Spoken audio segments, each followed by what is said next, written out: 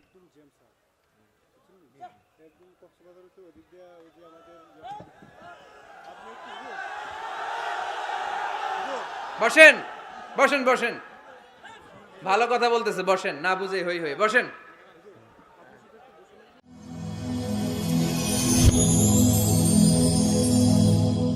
Rose TV 24. Enjoy by listening to the Holy Quran. কক্সবাজারের ভাইরা ওনারা কেন আছেন?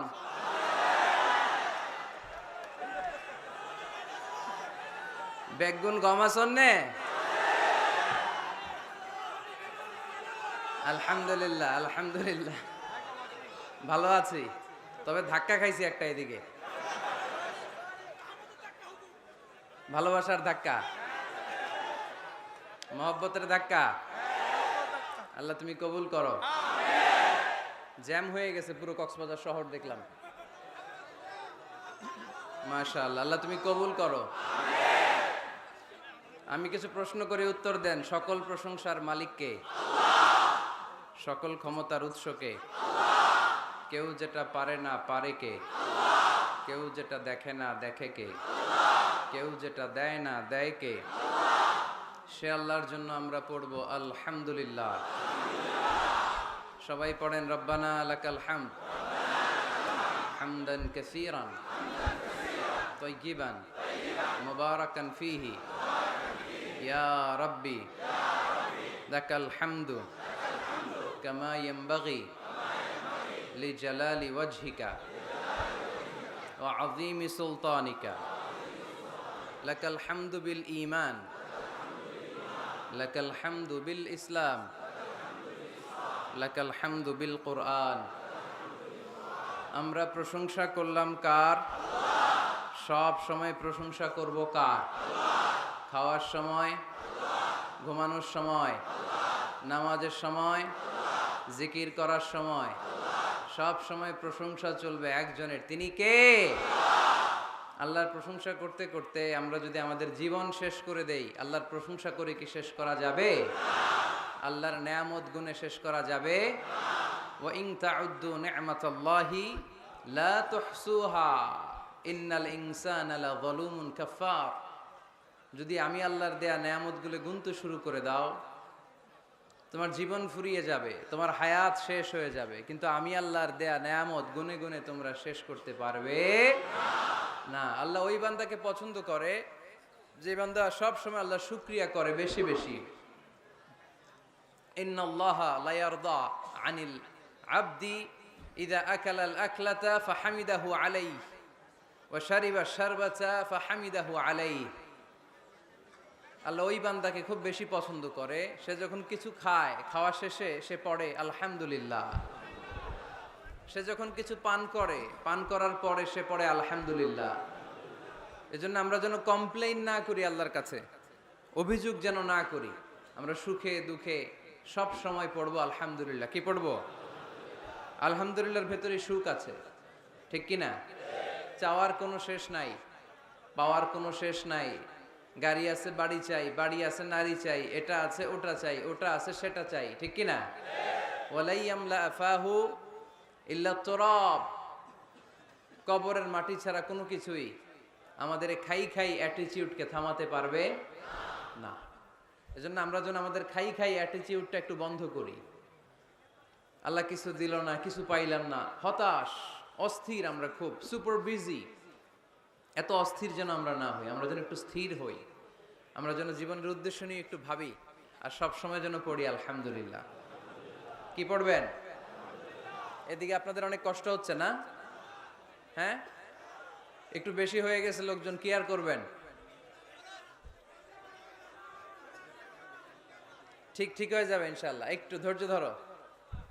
এই যে অনেকে জায়গা পায় নাই দেখতেছি আমি, এদিকে কিছুক্ষণ পর পর ধাক্কা আসতেছে, পিছনে অনেক দূর পর্যন্ত মানুষ, অনেকে জায়গা না পেয়ে ফিরে যাবে। রাস্তা ব্লক, হ্যাঁ দেখলাম, প্রায় পুরো কক্সবাজার শহর ব্লক। এই গণজোয়ার ইসলামে, ঠিক কিনা? এই জনস্রোত কোরআনের। ভালো লাগে আপনাদের? ইসলামের বিজয় খুবই সন্নিকটে, ঠিক কিনা? আমাদের কিছু স্যাক্রিফাইসের পরিমাণ বাড়াতে হবে, আল্লাহরে দেখাই দিতে হবে আমরা ময়দান ছাড়ি নাই, দেখাইতে হবে যে আমরা ময়দানে টিকে আছি। চিল্লায় বলেন ঠিক কিনা? টিকে থাকতে হবে।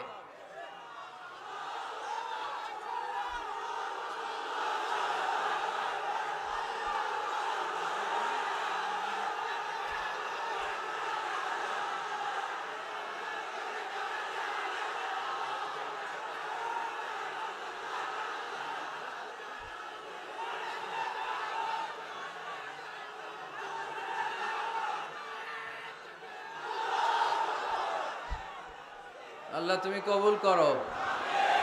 ইসলামের জন্য আমাদের যে এই ভালোবাসা, এই আবেগ, এই উচ্ছ্বাস, এই গণজোয়ার, এই জনস্রোত, এই সবগুলোকে আল্লাহ তুমি ইসলামের বিজয়ের জন্য কবুল করে নাও।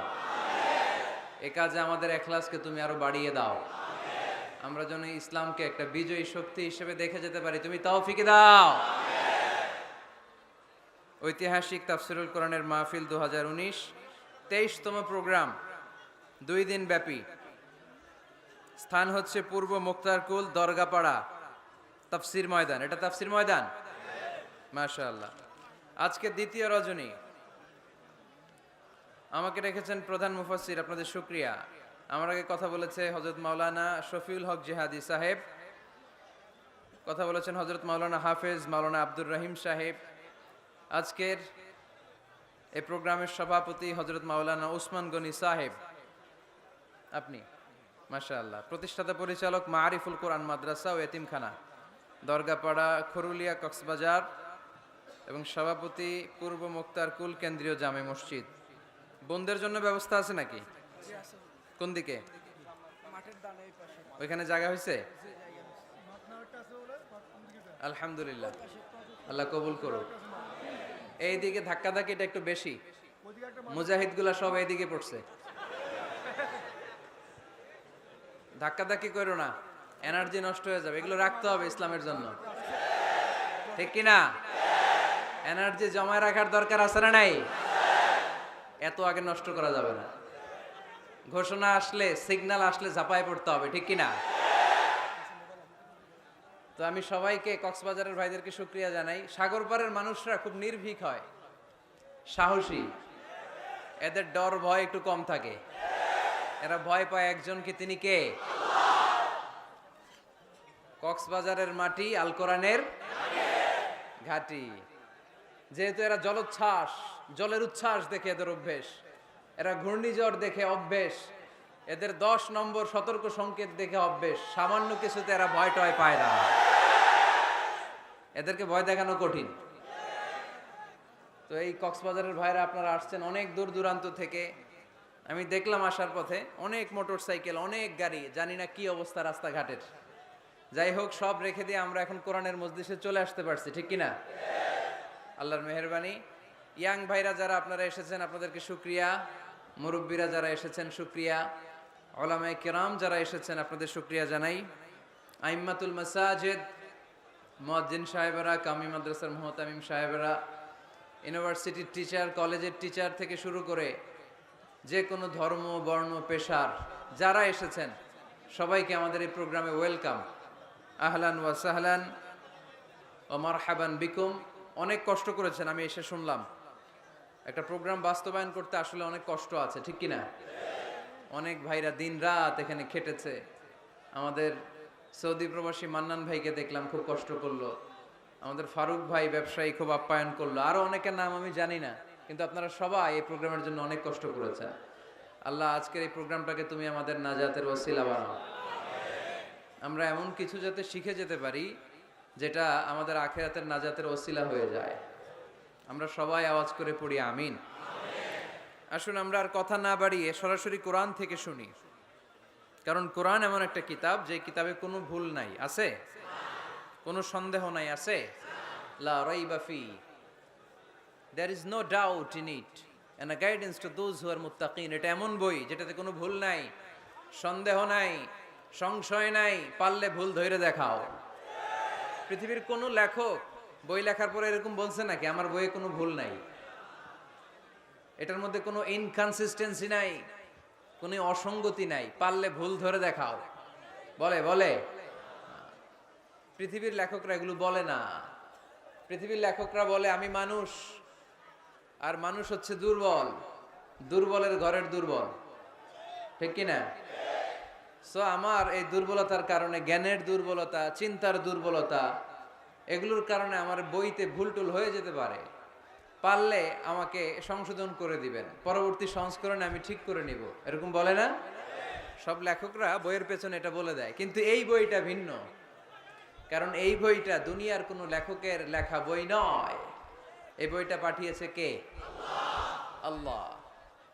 এজন্য এই বইতে কোনো ভুল নাই, কোনো সন্দেহ নাই, কোনো সংশয় নাই। এই বইটা আলোর পথ দেখায়। এই বইটা পড়লে একজন মানুষ মানুষের মতো মানুষ হয়। কোরআন এসেছে আমাদেরকে মানুষের মতো মানুষ বানাতে। কি বানাতে? মানুষ। বাড়ছে জনসংখ্যা, কমছে মানুষ। বাড়ছে কি, কমছে কি?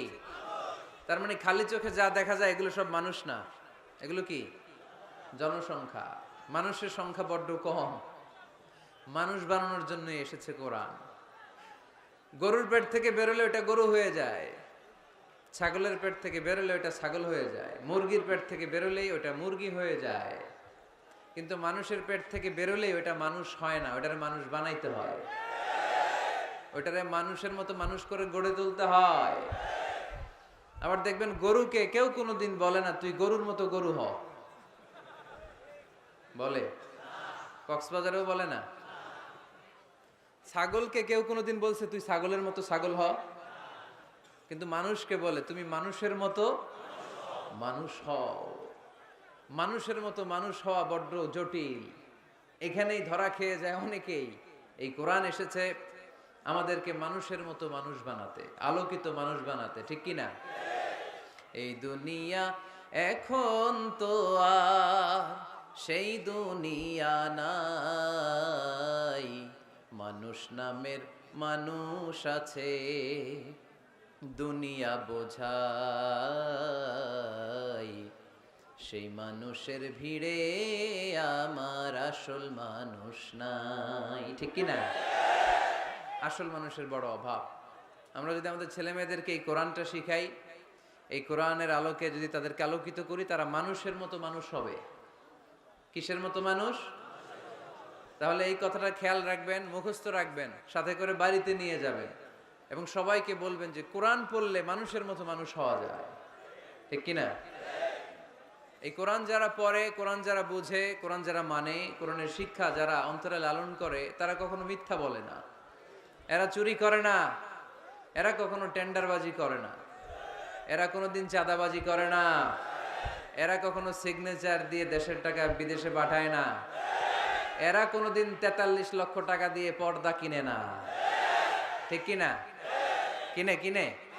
এরা ক্যাসিনোর ব্যবসা করে, এরা জুয়া খেলে, চাঁদাবাজি করে।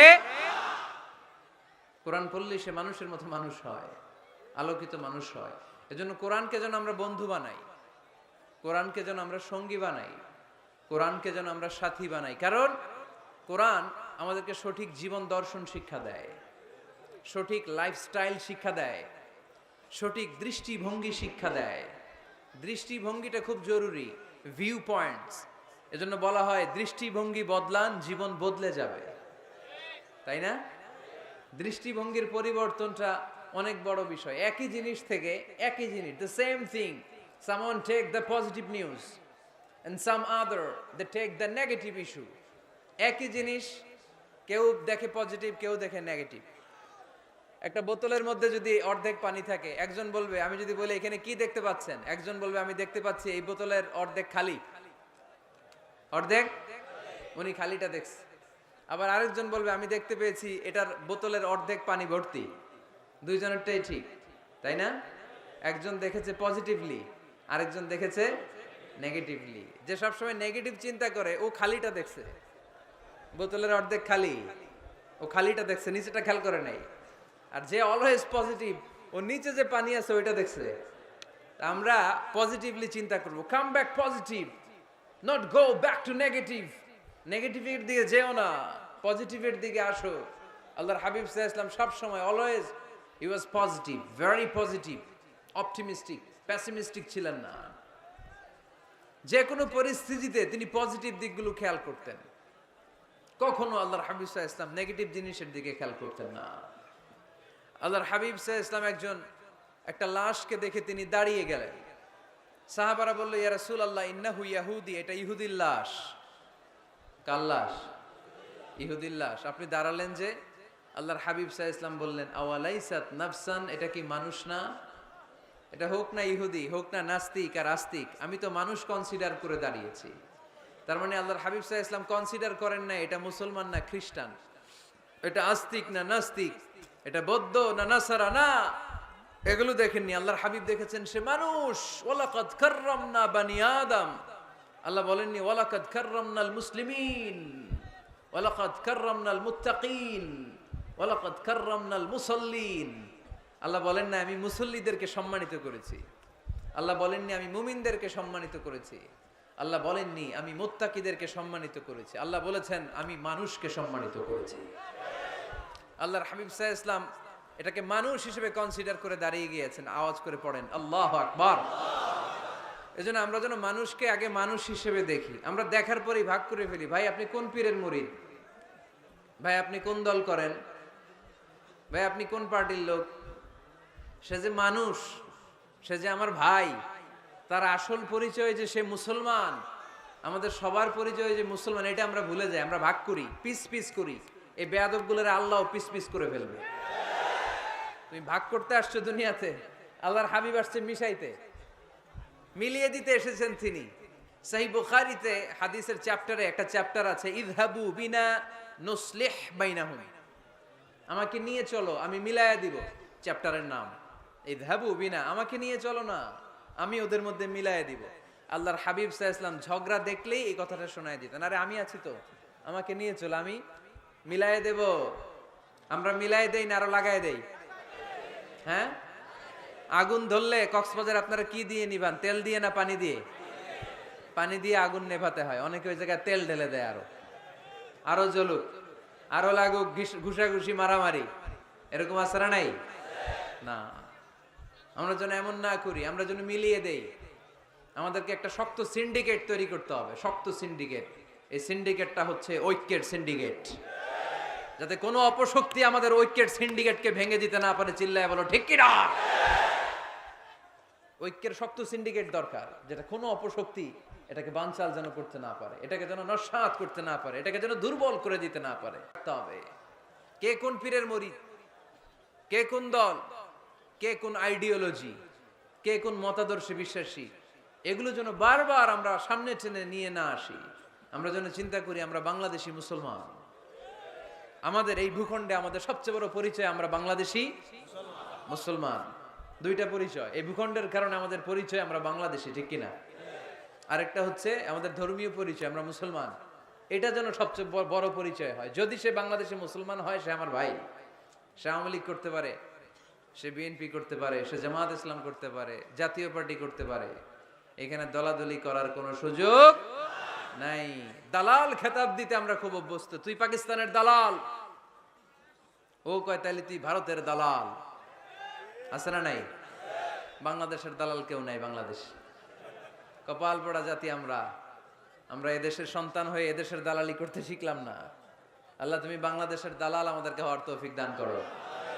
আমরা যেন ভাগাভাগি না করি, আল্লাহ আমরা যেন মিলে থাকতে পারি, আল্লাহ তুমি তৌফিক দাও। আরো জোরে পড়ি আমিন। আমি সূরা তাওবার 112 নম্বর আয়াত তেলাওয়াত করেছি আমার খুতবার শুরুতে। এখানে আল্লাহ তাআলা চমৎকার কিছু গাইডলাইন আমাদেরকে দিয়েছেন।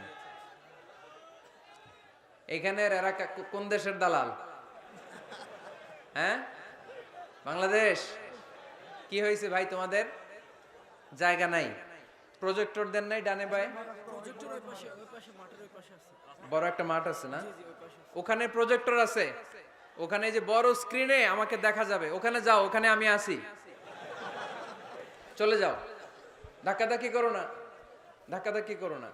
কোরআনের মাহফিলে ধাক্কাধাক্কি করা এটা খুব খারাপ, এটা ঠিক না। জায়গা না পেলে দাঁড়িয়ে থাকো। যারা জায়গা পান নাই দাঁড়িয়ে থাকেন। আলহামদুলিল্লাহ, আল্লাহর মেহেরবানি, আমার মাহফিলগুলোতে ইয়াংরা খুব বেশি আসে। আমি খেয়াল করে দেখলাম যে 15 থেকে 25 বেশিরভাগ। গলার জোর দেখছেন, জোর। আলহামদুলিল্লাহ, মুরব্বী ভাইরাও আসে। তো এই জন্য আমি ওই আপনির পরিবর্তে অনেক সময় তুমি বলি। আমি বলি যে বসো। তো কয়েকজন আমারে বললো, হুজুর আপনি যে বসো বলেন, অনেক মুরব্বী তো আছে এখানে, মুরব্বী। তো আমি মুরব্বীদের দিকে ইঙ্গিত করে যখন বলি তখন বলি যে বসেন। এখন বসেন বললে আবার লোকজন বলে বসেন বসেন। ভেজাল আছে না নাই? কয় দিকে খেয়াল করবো বলে? হুজুর যেদিকেই যায় ওদিকেই দোষ। হুজুর ইংরেজি পারে, এটাও দোষ। এই হুজুর ইংরেজি পারে না, এটাও দোষ। হুজুর খায় বেশি, এটা দোষ। এই হুজুর কিচ্ছু খাইতে পারে না, এটাও দোষ। হুজুর বিয়ে করে না, এটা তো মহা মুসিবত, এলাকার ইমাম তো বানানোই যাবে না, মহা দোষ। হুজুর অনেকদিন পরে বিয়ে করছে, এটাও দোষ।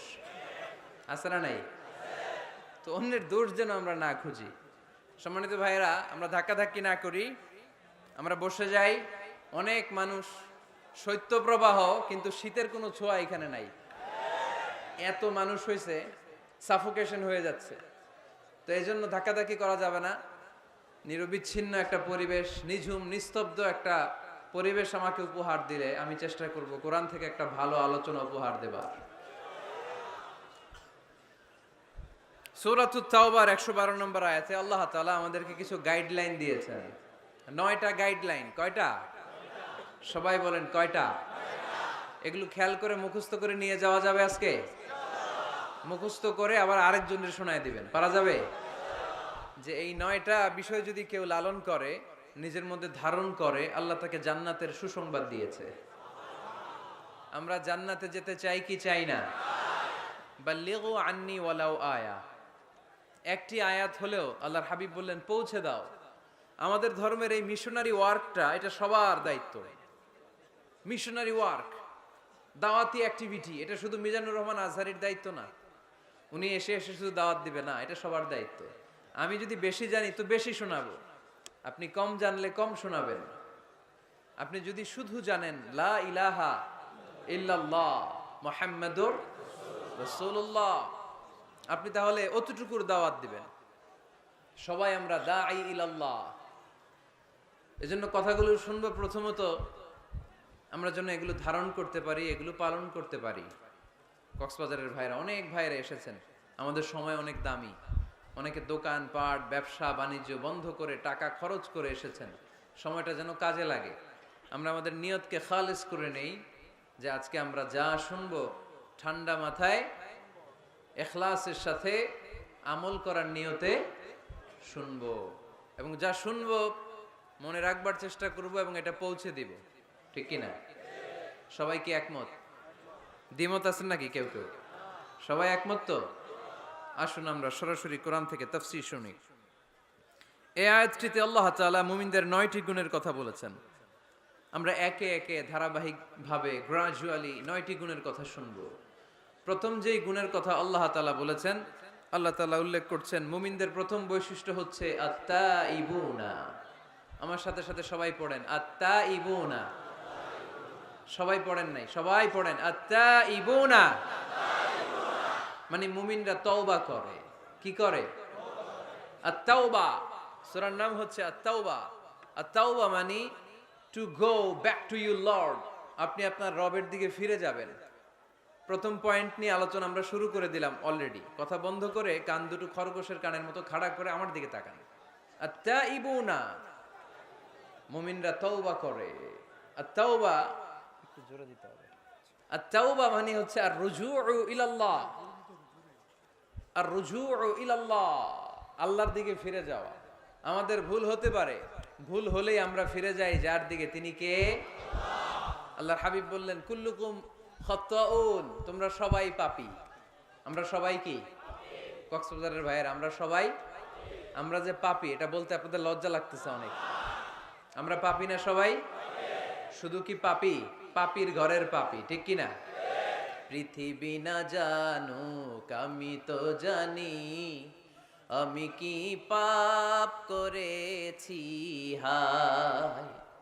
পৃথিবী না জানুক আমি তো জানি, আমি কি পাপ করেছি হায়, আমার পাপের করলে বিচার, বাঁচার আমার নাই উপায়, দয়াময় প্রভু মাফ করো আমায়, মাফ করো আমায়। পড়েন আমিন। পৃথিবীর কেউ না জানলেও প্রত্যেকের পাপের হিসাব প্রত্যেকের কাছে আছে না নাই?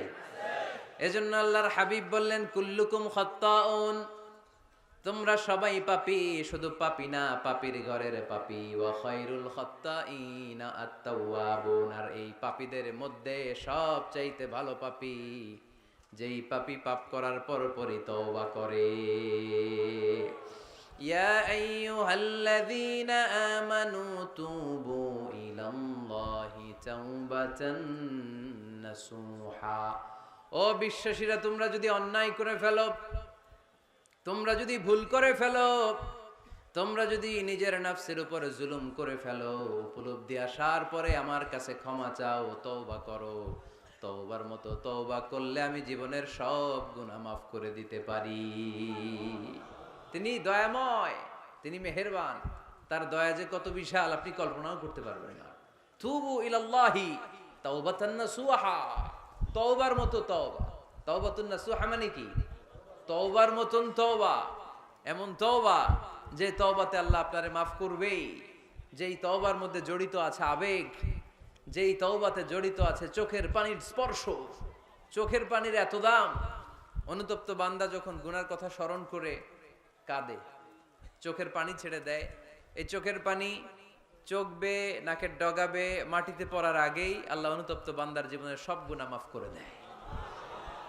এজন্য চোখের পানি ছাড়তে হবে। আমাদের হৃদয়ের ভেতরটা অনেকের খুব শক্ত, নরম হয় না, চোখ দিয়ে পানি নামে না। সর্বশেষ কবে যে আমরা কেঁদেছিলাম অনেকের মনে নাই, এরকম আছে না নাই? যদি জিজ্ঞেস করি, ভাই আল্লাহর ভয়ে সর্বশেষ কাঁদছিলেন কবে, মনে নাই। কবে যে কাঁদছিলাম, এত ব্যস্ত আমি, কখন কাঁদবো, কাঁদারই তো সময় নাই, এরকম আছে না নাই? না। কুল্লুকুম খাত্তাউন, সবাই পাপী, আর এই পাপীদের মধ্যে সবচেয়ে বড় পাপী যে পাপ করার পরপরই তওবা করে। আপনার পাপ কত বড়, কি অন্যায় করেছেন আপনি, কি গুনাহ করেছেন, কত বড় জুলুম করেছেন, আপনার পাপ, আপনার অন্যায়, আপনার ভুল, আপনার জুলুম যত বড়ই হোক, আল্লাহর দয়া, আল্লাহর ক্ষমা তার চাইতেও বড়। আমাদের পাপ যদি হয় খালের পানির সমান, বিলের পানির সমান, জেনে রাখবেন আল্লাহর দয়া সাগরের পানির সমান। আমাদের পাপ যদি হয় পাহাড়ের সমান, আল্লাহর দয়া আকাশের সমান। এজন্য আল্লাহ বললেন, তুবু ইলাল্লাহি তাওবাতান নাসুহা, তওবার মতো তওবা করো। তওবার মতো যদি তওবা করতে পারো, সব গুনাহ মাফ করে দিতে পারে কে? কত যে দয়াময় তিনি, কত যে মেহেরবান। দয়ার ভালোবাসাকে তিনি 100 টুকরা করেছেন, এক টুকরা আমাদের সবার মাঝে ভাগ করে দিয়েছেন, 99 টুকরা উনি নিজের মধ্যে রেখে দিয়েছেন। দেখেন আমাদের এক টুকরার ভালোবাসার নমুনা পৃথিবীব্যাপী আপনি খোঁজ করে দেখেন, কত ভালোবাসার ঘটনা। এক একজন যে কত লাভ স্টোরি জানে। যদি জিজ্ঞেস করি, ভাই একটা লাভ স্টোরি শোনান, আপনি ঘটনা শুনতে শুনতে নিজেই কাঁদতে শুরু করবেন।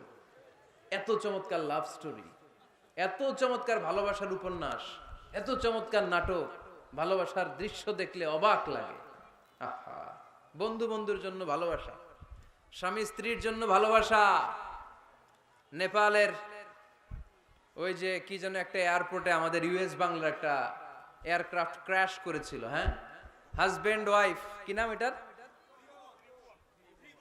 ত্রিভুবন ইন্টারন্যাশনাল এয়ারপোর্ট, ত্রিভুবন। এই ত্রিভুবনে আমাদের পাইলট যখন সিগন্যাল চাচ্ছিল, ওখানে ওই 10 না 01 নাকি 20 এই নিয়ে কনফিউশনের কারণে ওনারা সেফলি ল্যান্ড করতে পারে নাই, মারাত্মক ক্র্যাশ।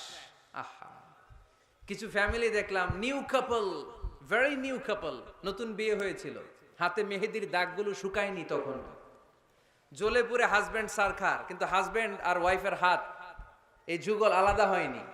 স্বামী তার স্ত্রীকে ধরে রেখেছিল শেষ মুহূর্তে। বিমানের ভেতরে যখন ফায়ার, গ্যাসের মধ্যে ওরা চিৎকার করছিল, শেষ নিঃশ্বাস যখন ত্যাগ করছিল, হাজবেন্ড তার ওয়াইফের হাত ছাড়েনি, ওয়াইফ ছাড়েনি স্বামীর হাত। ভালোবাসার নমুনা। এক ফোঁটা, এক ভাগ ভালোবাসার ছিটে ফোঁটা আমরা পেয়েছি, ঠিক কিনা? ওই এক ভাগ কি আমি একা পাইছি? আপনি একা পাইছেন? আমরা সবাই মিলে। আমি পত্রিকায় একটা রিপোর্ট দেখেছি, আমি প্রায় বলি, বন্যার পানিতে পানি খেতে খেতে মা জীবন শেষ, কোমর পানি, গলা পানি, নাক সমান পানি, পানি খেতে খেতে শেষ, কিন্তু বাচ্চাটারে বুদ্ধি করে বালতির মধ্যে এরকম চেপে ধরে রাখছে। বন্যার পানিতে পানি খেতে খেতে মা শেষ। আল্লাহর মেহেরবানিতে বাচ্চাটা মরে নাই। এই কলিজার টুকরা দুধের বাচ্চার জন্য মা জীবন দিয়ে দিল। এই বাচ্চার জন্য মায়ের হৃদয়ে ভালোবাসাটা ঢুকাই দিছে কে?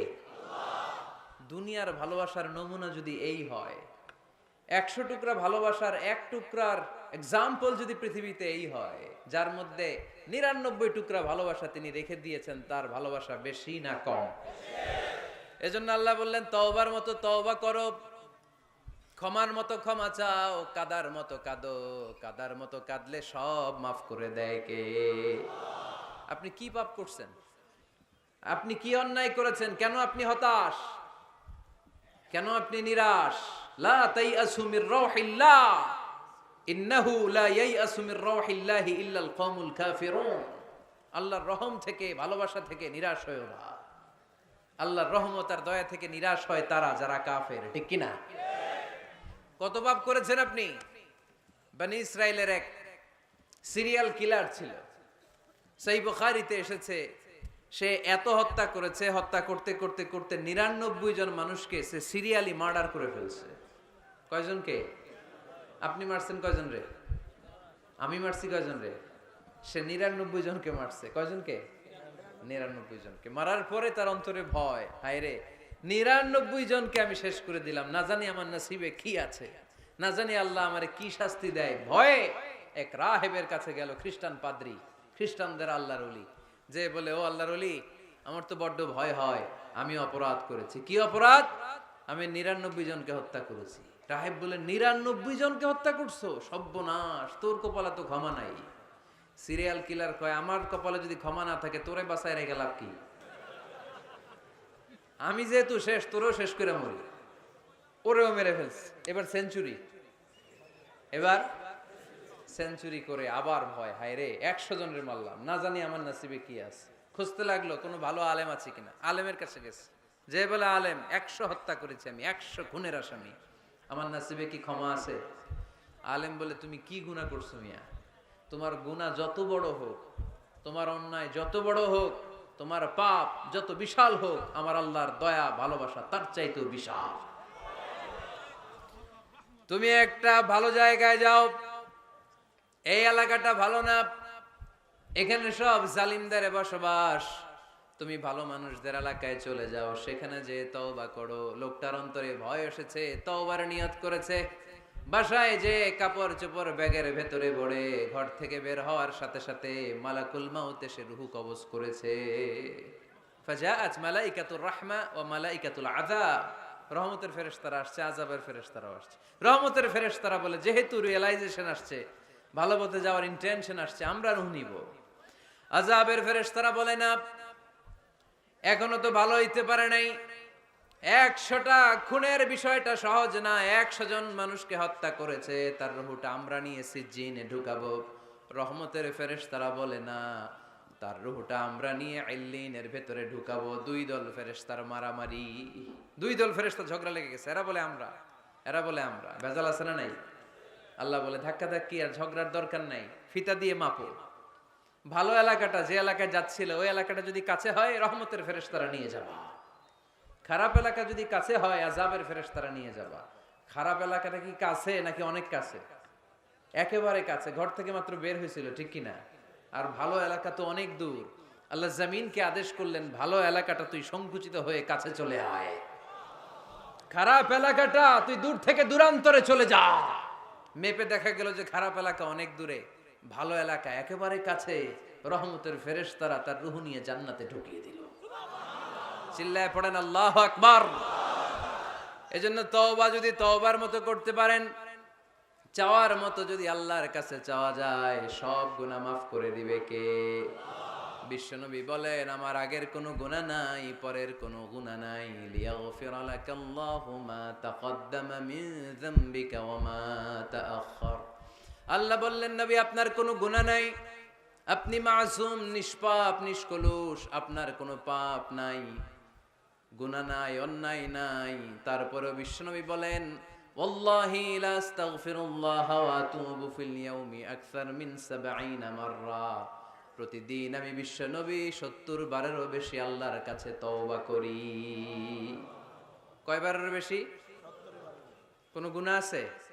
কোনো পাপ আছে? কোনো অন্যায় জীবনে করেছেন? উনি যদি প্রতিদিন করে ৭০ বার, আমাদের করা দরকার কয়বার? হ্যাঁ, ৭০,০০০ বার। আহা, আমরা করি কয়বার? কয়বার করি? বছরে করি না ৭০ বার, ঠিক কিনা? আওয়াজ করে সবাই তওবা পড়েন, পড়েন আস্তাগফিরুল্লাহ, আবার পড়েন আস্তাগফিরুল্লাহ, আবার পড়েন আস্তাগফিরুল্লাহ। আপনার তওবা, আপনার ইস্তেগফার আপনি নিজেই পড়বেন। অনেকে বলে ইমাম সাহেব না আনলে তওবা পড়া যাবে না, আছে না নাই? হুজুর এসে তওবা পড়াইতে হয়। আপনাদের কক্সবাজারে আলহামদুলিল্লাহ এগুলা নাই না? বেশি না, আপনার তওবা আপনি করবেন, আপনি অনুতপ্ত হবেন। আপনি ডাকতে দেরি, আল্লাহ ডাকে সাড়া দিতে দেরি হয় নাই। ওয়া ইযা সাআলাকা ইবাদি আন্নী ফাইন্নী করিব, যখন জিজ্ঞেস করে আমি কোথায়, নবী আপনি বলে দেন আমি কাছে। আল্লাহ কাছে না দূরে? আল্লাহর কাছে কোনো ভায়া হয়ে যাওয়া লাগে? কোনো কেরানি হয়ে যাওয়া লাগে না? কোনো মাধ্যম হয়ে যাওয়া লাগে আল্লাহর কাছে? আল্লাহ বলে ডাকলেই আল্লাহ ডাকে সাড়া দেয়। চিল্লায় বলেন ঠিক কিনা? আল্লাহ বললেন যদি আমার কাছে আসতে চাও ১ বিঘত, আমি আসি ২ বিঘত। যদি আমার কাছে আসতে চাও ১ হাত, আমি আল্লাহ আসি ২ হাত। যদি আমার কাছে হেঁটে হেঁটে তুমি বান্দা আসতে চাও, আমি আল্লাহ তোমার দিকে দৌড়ে দৌড়ে যেতে চাই। তুবু ইলাল্লাহি তাওবাতান নাসুহা, তওবার মতো তওবা করো। তওবার মতো তওবা করলে সব গুনাহ মাফ করে দিতে পারে কে? তাহলে মুমিন বান্দার প্রথম গুণ হচ্ছে আত-তাইবুনা। প্রথম গুণটা কি?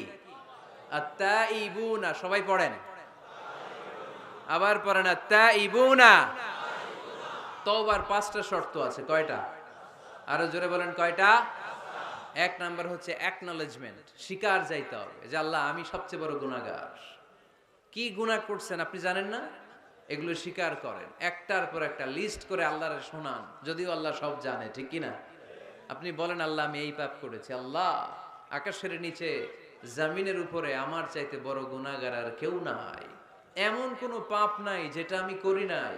আল্লাহ আমি ছাড়া তোমার গোলামের অভাব নাই, কিন্তু তুমি ছাড়া আর একটা রবও আমার নাই, ঠিক কিনা? এভাবে আল্লাহরে বলেন। অ্যাকনলেজমেন্ট, স্বীকারোক্তি, আল ইকরার, স্বীকার জান যে আপনি গুনাহগার, আপনার চাইতে বড় গুনাহগার এই তল্লাটে দ্বিতীয়টা নাই। ২ নাম্বার হলো রিপেন্টেন্স, অনুতপ্ত হন, চোখের পানি ছাড়েন, মাফ করে দিবে কে? সাইয়েদনা আদম আলাইহিস সালাম ভুল করলেন, ক্ষমা চাওয়ার সময় এই 2টা কাজ তিনি আগে করলেন। প্রথমে তিনি স্বীকার গেলেন তিনি ভুল করেছেন, তারপরে তিনি অনুতপ্ত হলেন। আমরাও যদি ভুল করি কেমন করে আল্লাহর কাছে ক্ষমা চাইতে হয় সেই দোয়াটা আমাদের জন্য রেখে গেলেন। পড়েন রব্বানা যালামনা আনফুসানা ওয়া ইল্লাম তাগফির লানা ওয়া তারহামনা লানাকুনান্না মিনাল খাসিরিন। ও আমাদের রব, জুলুম করেছি নফসের উপর, তুমি যদি মাফ না করে দাও আমরা ক্ষতিগ্রস্তদের অন্তর্ভুক্ত হয়ে যাব, আমরা খাসিরিনদের ভেতরে শামিল হয়ে যাব, ঠিক কি না? তাহলে প্রথমে গেল অ্যাকনলেজমেন্ট, স্বীকারোক্তি, স্বীকার করবেন। ওযু করে জায়নামাজটা বিছিয়ে দিয়ে স্বীকার করেন যে আল্লাহ আমার চেয়ে বড় পাপী কেউ নাই, চোখের পানি ছেড়ে অনুতপ্ত হন। 3 নম্বরে স্টপ। 3 নম্বরে কি? সবাই বলেন স্টপ মানে কি? থামেন, আর না, অনেক আগ বাড়ছেন, এবার একটু থামেন। যেই পাপটা করেছিলেন ওটা থামায় দেন। নাকি ঘুষ খাইতেছেন, সকালে ঘুষ খাইয়া বিকালে মাফ চাবেন, বিকালে ঘুষ খাই আবার রাতে মাফ চেয়ে নিন। এটা আল্লাহর সাথে গেম খেলা হয়ে যায়, ঠিক কিনা? আল্লাহর সাথে গেম খেলা যাবে? আল্লাহর সাথে কৌশল করা যায়? সব কৌশলীর বড় কৌশলী কে? কেউ যেটা পারে না, পারে কে? স্টপ, থামেন। To stop what you have committed from sins, যে পাপ আপনি করেছেন এটা থামায় দেন, আর ওটা করা যাবে না। 4 নাম্বার শর্ত হলো টু হেট, ঘৃণা করতে হবে। যেই পাপটা করে ফেলছিলেন এটা মনে প্রাণে ঘৃণা করতে হবে, মন থেকে এটার ব্যাপারে একটা ঘৃণা জন্মাতে হবে। 5 নাম্বারে to commit, to determine you never repeat this sin again. আল্লাহর এই ওয়াদা দিবেন, এই কমিটমেন্ট দিবেন যে আল্লাহ পারতপক্ষে আমার জীবনে এই পাপ, এই অন্যায় আমি জীবনে করব না। চিল্লায় বলেন ঠিক কিনা? এই 5টা শর্ত সামনে রেখে 5টা শর্তকে আমল করে কেউ যদি তওবার মতো তওবা করে তার জীবনের সব গুনাহ মাফ করে দিবে কে? এজন্য আল্লাহর হাবিব বলতেন আত্তাইবু মিনাজ যামবি কামান লা যামবা লাহু। তওবার মতো কেউ যদি তওবা করে তার অবস্থা কেমন হয় জানো নাকি? মায়ের পেট থেকে বাচ্চা বের হলে নবজাতকের যেমনি গুনাহ থাকে না, তওবা কবুল হলে ওই ব্যক্তিটাও নবজাতকের মতো হয়ে যায়, তার আমল নামায় কোনো গুনাহ থাকে না। আত্তাইবু মিনাজ যামবি কামান লা যামবা লাহু।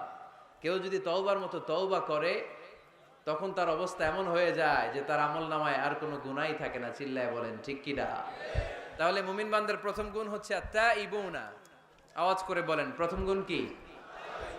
আরো জোরে বলেন প্রথম গুণ। যে কোনো সময় আপনি আল্লাহরে ডাকবেন, আল্লাহ শুনবে 24/7, কোনো বন্ধ নাই। বারবার চাইলে আল্লাহ খুশি হয়। দুনিয়ার নিয়মের উল্টো, এ দুনিয়াতে কারো কাছে বারবার চাইলে খুশি হয় না, রাগ হয়। আমি হুজুরের কাছে গেলাম, হুজুর আমার একটু টাকা পয়সার সমস্যা, 500 টাকা দেন। 7 দিন পরে আবার, হুজুর একটু সমস্যা আছে, 500 টাকা। হুজুর লজ্জায় পড়ে দিলেন। তার 7 দিন পরে আবার, হুজুর আমি একটু বিপদে আছি, 500 টাকা দেন। ওই দিন মনে মনে ভাববে ঘটনা কি, এর সমস্যা কি, তাও লজ্জায় পড়ে দিয়ে দিল। তারপরের বার গেলে দিবে, লাঠি দিয়ে দৌড়ানি দিবে। কি পাইছো তুমি, কি পেয়েছো? 7 দিন পর পর 500 টাকার আবদার। তার মানে এই পৃথিবীতে কোনো বিষয় নিয়ে কারো কাছে বারবার যাওয়া যায় না, বারবার চাওয়া যায় না। চাওয়া যায়? ডিসি সাহেবের কাছে গেছেন, কক্সবাজার জেলার ডিসি সাহেবের কাছে একটা ইস্যু নিয়ে, উনি দিলেন। 2 দিন পরে আবার গেলেন, দিলেন। তারপরে আবার গেলেন, দিল। তারপরে দিবে? আর বারবার কারো কাছে এইভাবে যাওয়া যায়? একটা লজ্জার বিষয় আছে না নাই? আল্লাহর হাবিব সাল্লাল্লাহু আলাইহি ওয়াসাল্লাম খুব লাজুক ছিলেন। 50 ওয়াক্ত সালাত মেরাজের রাতে গিফট পেলেন রবের কাছ থেকে। কয় ওয়াক্ত? সবাই বলেন কয় ওয়াক্ত? উপর থেকে নেমে আসার সময় সাইয়েদনা মুসা আলাইহিস সালামের সাথে দেখা। মুসা আলাইহিস সালাম বললেন কি পেয়েছেন? 50 ওয়াক্ত সালাত পেয়েছি।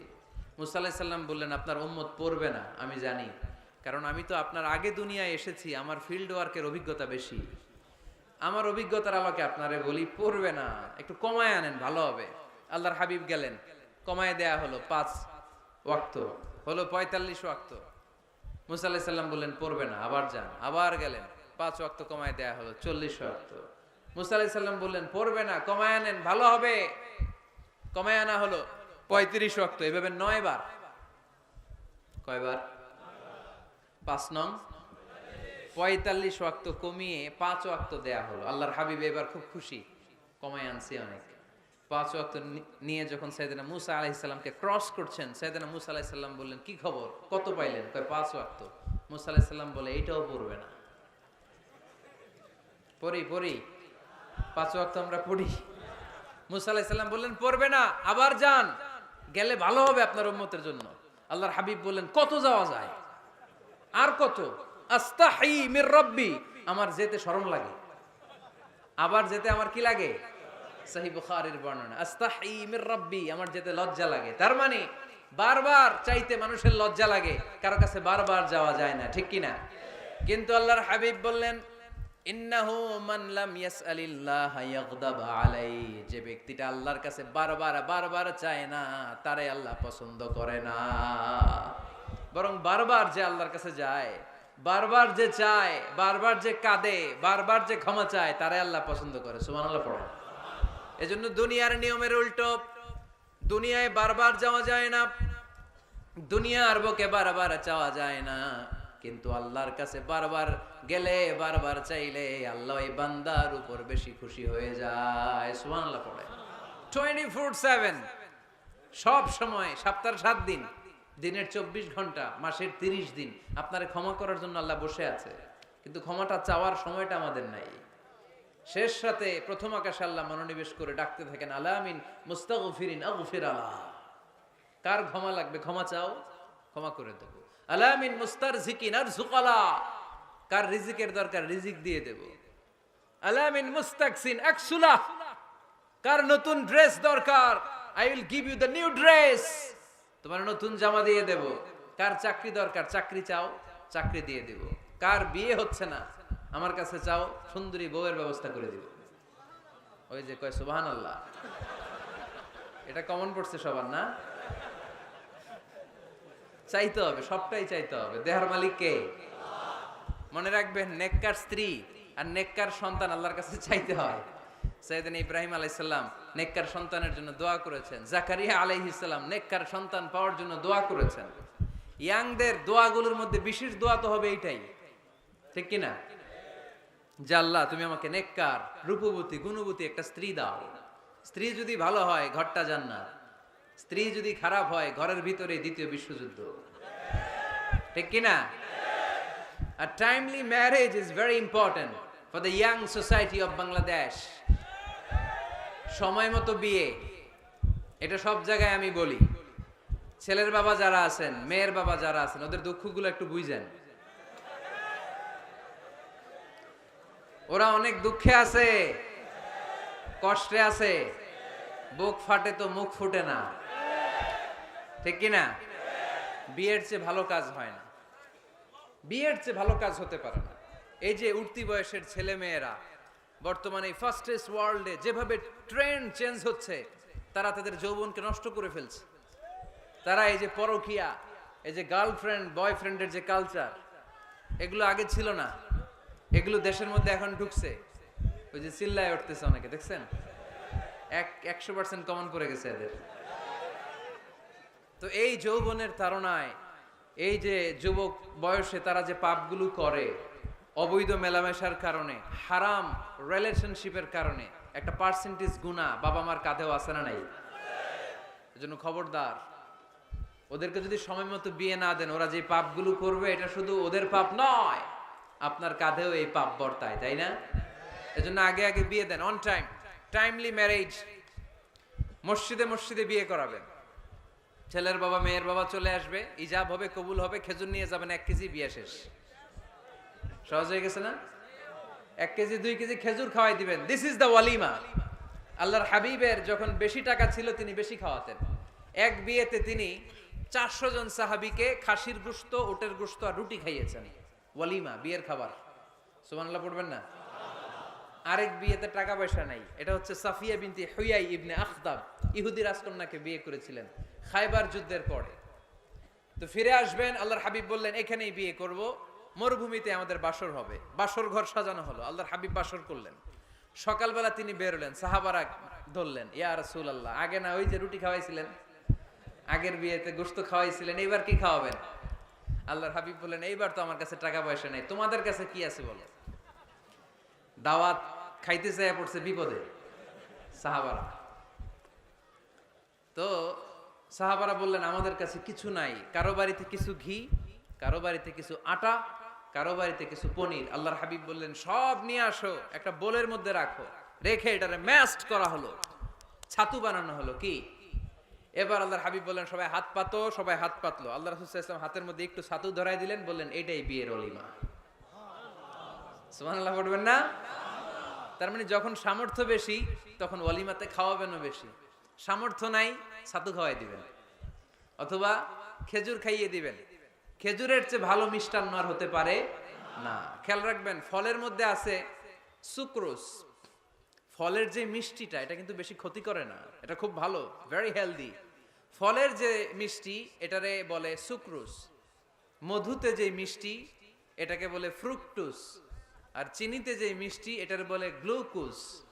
এই গ্লুকোজ বাদ দিতে হবে, বাদ দিয়ে সুক্রোজ আর ফ্রুকটুস খাইতে হবে, তাহলে সুস্থ রাখবে কে?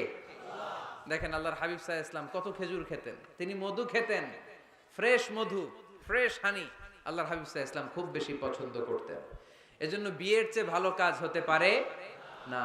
এদেশে ছেলে বিয়ে করতে চাইলে সবাই বলে নিজের পায়ে দাঁড়াও, আছে না এই কথাটা? কক্সবাজারে বলে বেশি, কি বলে? নিজের পায়ে দাঁড়া। আপনিও নিজের পায়ে দাঁড়াবেন এভাবে। দাঁড়ায় বলবেন এই যে দেখেন নিজের পায়ে দাঁড়াইছি। তো এতদিন ছেলে কার পায়ে দাঁড়াইছে? নিজের পায়েই তো দাঁড়াইছে। বিয়েটাকে সহজ করেন। এখানে জনপ্রতিনিধি কেউ থাকলে আপনারা একটু দায়িত্ব নেন, ওদের দুঃখ কষ্ট একটু লাঘব করে দেন, ওদেরকে একটু মিলায় দেন। এই বিয়েটা হচ্ছে ভালোবাসার বন্ধন, এটা জান্নাতি ভালোবাসায় ভরপুর একটা সম্পর্ক। কারণ সৈয়দনা আদম আলাইহিস সালাম আর হাওয়া আলাইহিস সালাম দুইজনের বিয়ে হয়েছিল জান্নাতে। সুবহানাল্লাহ পড়েন। এজন্য আমরা বিয়ে করব। কি করব? বিয়ে করব। যারা করছেন তারা বেশি জোরে কইেন না যে করব। মহিলা প্যান্ডেল আছে ওই পাশে, ভাবি শুনতে পারে। ভেজাল আছে না নাই? অন্য দেশে এই কালচারটা গড়ে উঠলেও আমাদের দেশে ওঠে নাই, ঠিক কি না? এদেশের মা বোনেরা ভালোবাসার ভাগ বসাইতে দেয় না কাউরে, একাই পুরো ভালোবাসা উনি রাখবে। তো যাই হোক, যারা করে ফেলছেন তো করে ফেলছেন, যারা করো নাই তারা বিয়ে করার ট্রাই করো। বিয়ে কখনো কারো সফলতা আটকে রাখে না। যত বড় বড় মনীষী বিজ্ঞানী খেয়াল করে দেখো আগে বিয়ে করছে। আমাদের এই স্বাধীনতার স্থপতি বঙ্গবন্ধু শেখ মুজিবুর রহমান খুব অল্প বয়সে বিয়ে করেছেন, ঠিক কিনা?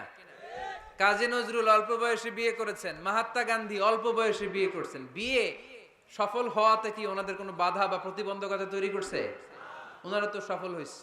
সমস্যাটা যেখানে ওনারা বিয়ে করে সফল হয়েছে, আমরা সফল হয়ে তারপরে বিয়ে করতে চাই, ঠিক কিনা? এটাই বুঝতে চাই না যে সফল হওয়ার মাধ্যম হচ্ছে তাড়াতাড়ি বিয়ে করা।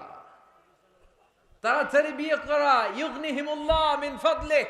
যারা বিয়ে করবে আল্লাহ নিজ দায়িত্বে তাদেরকে সম্পদশালী বানায় দিবে। এজন্য আন-নিকাহ মিন সুন্নতি ফামান রাগিবা আন সুন্নতি ফালাইসা মিন্নি। বিয়ে আমার সুন্নাত, আমার সুন্নাতকে যে ভালোবাসে না সে আমার ফলোয়ার হতে পারে না। এজন্য বাবা কারা কারা আছেন? ছেলের বাবা দেখে হাত তোলেন।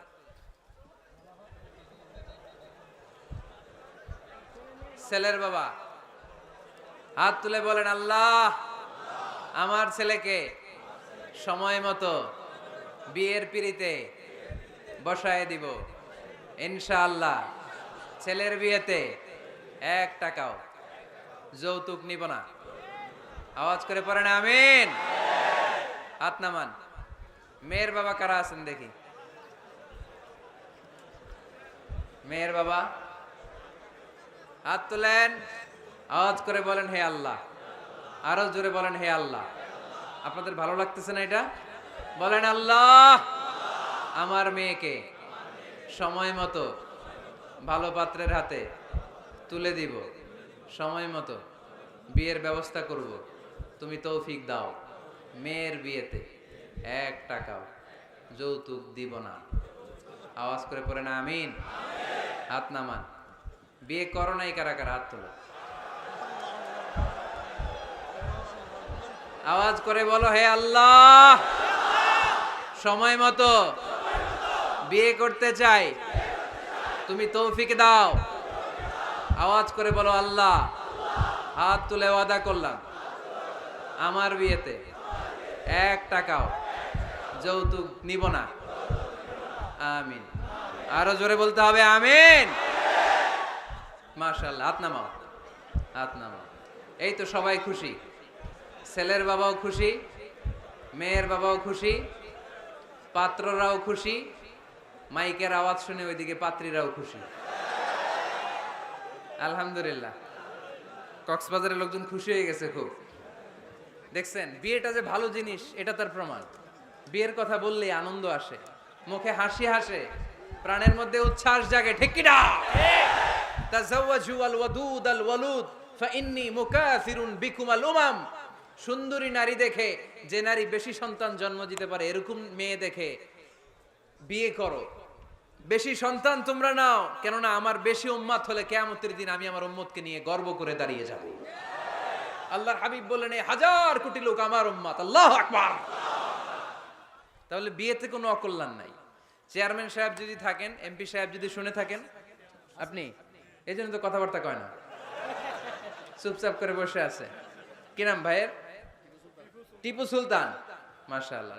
টিপু ভাই আপনি এই ব্যবস্থাটা নিবেন, আপনার দায়িত্বে। আপনার দায়িত্বে এই অভাগাগুলার রেখে গেলাম। ব্যবস্থা করে দিয়েন, সহজ করে দিবেন, সহজ করে দিয়েন। ছেলে যদি মেয়েকে পছন্দ করে, মেয়ে যদি ছেলেকে পছন্দ করে, ছেলে যদি নামাজি হয়, মেয়ে যদি ভদ্র হয়, বাদ সাধবেন না, ঝামেলা করবেন না, বিয়ে দিয়ে দেন। কল্যাণ আছে না নাই? এজন্য বিয়েটাকে সহজ করবেন। যে সমাজে বিয়ে সহজ, ওই সমাজে জিনা কঠিন। যেই সমাজে জিনা সহজ, ওই সমাজে বিয়ে কঠিন। আমার দেশে জিনা করা সহজ না কঠিন? বিয়ে করা, বিয়ে করতে এই লাগে, ওই লাগে, ব্যাংক ব্যালেন্স লাগে, ফ্ল্যাট লাগে, 10 লক্ষ টাকা মোহরানা লাগে। জিনা করতে কিচ্ছু লাগে না, তুমি আমি রাজি হইলে হয়ে যায়। ঠিক কি না? এটাই বাস্তবতা, চরম বাস্তবতা। This is the real crisis of the young society of Bangladesh. এদেশের ইয়াং ছেলেরা এই ক্রাইসিসে আছে, ওদের কথা কেউ কইতে পারে না। এজন্য ওদের পক্ষ হয়ে আমি একটু বলি। বাবারা, ছেলের বাবারা, মেয়ের বাবারা, বিষয়টা একটু খেয়াল করবেন। আল্লাহ আমাদের সবাইকে কথাগুলো বুঝার, আমল করার তৌফিক দান করুন। এজন্য ভুল যদি হয়ে যায়, ক্ষমা চাইবে একজনের কাছে, তিনি কে? আল্লাহ বলেন, যখনই ক্ষমা চাইবা তখনই আমি ক্ষমার জন্য রাজি। শুধু দুইটা সময় মানুষের ক্ষমা আর তাওবা কবুল করা হয় না। আওয়াজ করে বলতে হবে কয়টা? এক হলো বাদাল গরগরা, যখন গরগরানি শুরু হয়ে যায়। একজন মানুষের হায়াত যখন ফুরিয়ে যায়, মালাকুল মাউত তখন তার রূহ ধরে টান মারে, তার গলায় গরগর গরগর শব্দ হয়। তখন যদি আল্লাহর কাছে সে তওবা করে, ওই তওবা কবুল হবে। সময় তো শেষ, দ্য গেম ইজ ফাইনাল, শেষ। আপনি মালাকুল মাউতকে দেখে ফেলছেন, আলামুল বারজাক দেখতে শুরু করেছেন, এখন কিসের তওবা? টাইম নাই, নো চান্স। এ হচ্ছে নাম্বার 1। নাম্বার 2 হচ্ছে বাদা তুলুই শামসি মিন মাগরিবিহা, কিয়ামতের আগে সূর্য আর পূর্ব দিক থেকে উদিত হবে না, এটা পশ্চিম দিক থেকে উদিত হবে। সূর্য যেদিন পশ্চিম দিক থেকে উদিত হবে, ওই দিন থেকে তওবার দরজা, তওবার চ্যাপ্টারকে বন্ধ করে দিবে কে? এছাড়া যে কোনো মুহূর্তে 24/7 আপনি ভুল করেই ক্ষমা চাইলে মাফ করে দিবে কে? শয়তান বলে, আল্লাহ আপনি আমারে জাহান্নামী বানালেন, আমিও দেখে নেব কেমন করে আপনি আপনার বান্দাদেরকে জান্নাতে ঢুকান। ফাবিমা আগওয়াইতানি লা আকউদান্না লাহুম সিরাতাকাল মুস্তাকিম সুম্মা লাআতিয়ান্নাহুম মিন বাইনি আইদিহিম ওয়া মিন খালফিহিম ওয়া আন আইমানিহিম ওয়া আন শামাইলিহিম ওয়া লা তাজিদু আকসারাহুম শাকিরিন। আল্লাহ আপনি একটারও জান্নাতে ঢুকাতে পারবেন না। আমাকে যেহেতু করেছেন জাহান্নামী, সবগুলারে আমি জাহান্নামে ঢুকাবো। আল্লাহ বলেন, তুই যদি ওয়াসওয়াসা দিতে দিতে বান্দারে একেবারে শেষ পর্যায়ে নিয়ে যাস, বান্দা যদি গুনার কথা বুঝতে পেরে, উপলব্ধি করে একবার চোখের পানি ছেড়ে ক্ষমা চায়, আমি আমার বান্দার সব গুনাহ মাফ করে দেব।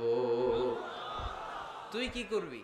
শয়তান বলে, আল্লাহ হিসাবটা এত সোজা না, আমি ডান দিক থেকে দেব ধোকা, বাঁ দিক থেকে দেব, সামনে থেকে দেব, পেছন থেকে দেব, মাজরাদ দাম, শিরায় শিরায় ঢুকে ধোকা দেব।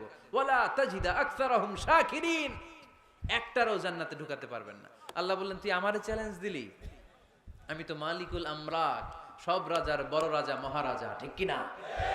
মহারাজা কখনো চ্যালেঞ্জ নেয় না, মহারাজা শুধু চ্যালেঞ্জ দেয়। তুই আমারে চ্যালেঞ্জ দিলি, ওকে ফাইন, ডান, আমিও তোর চ্যালেঞ্জ দিলাম।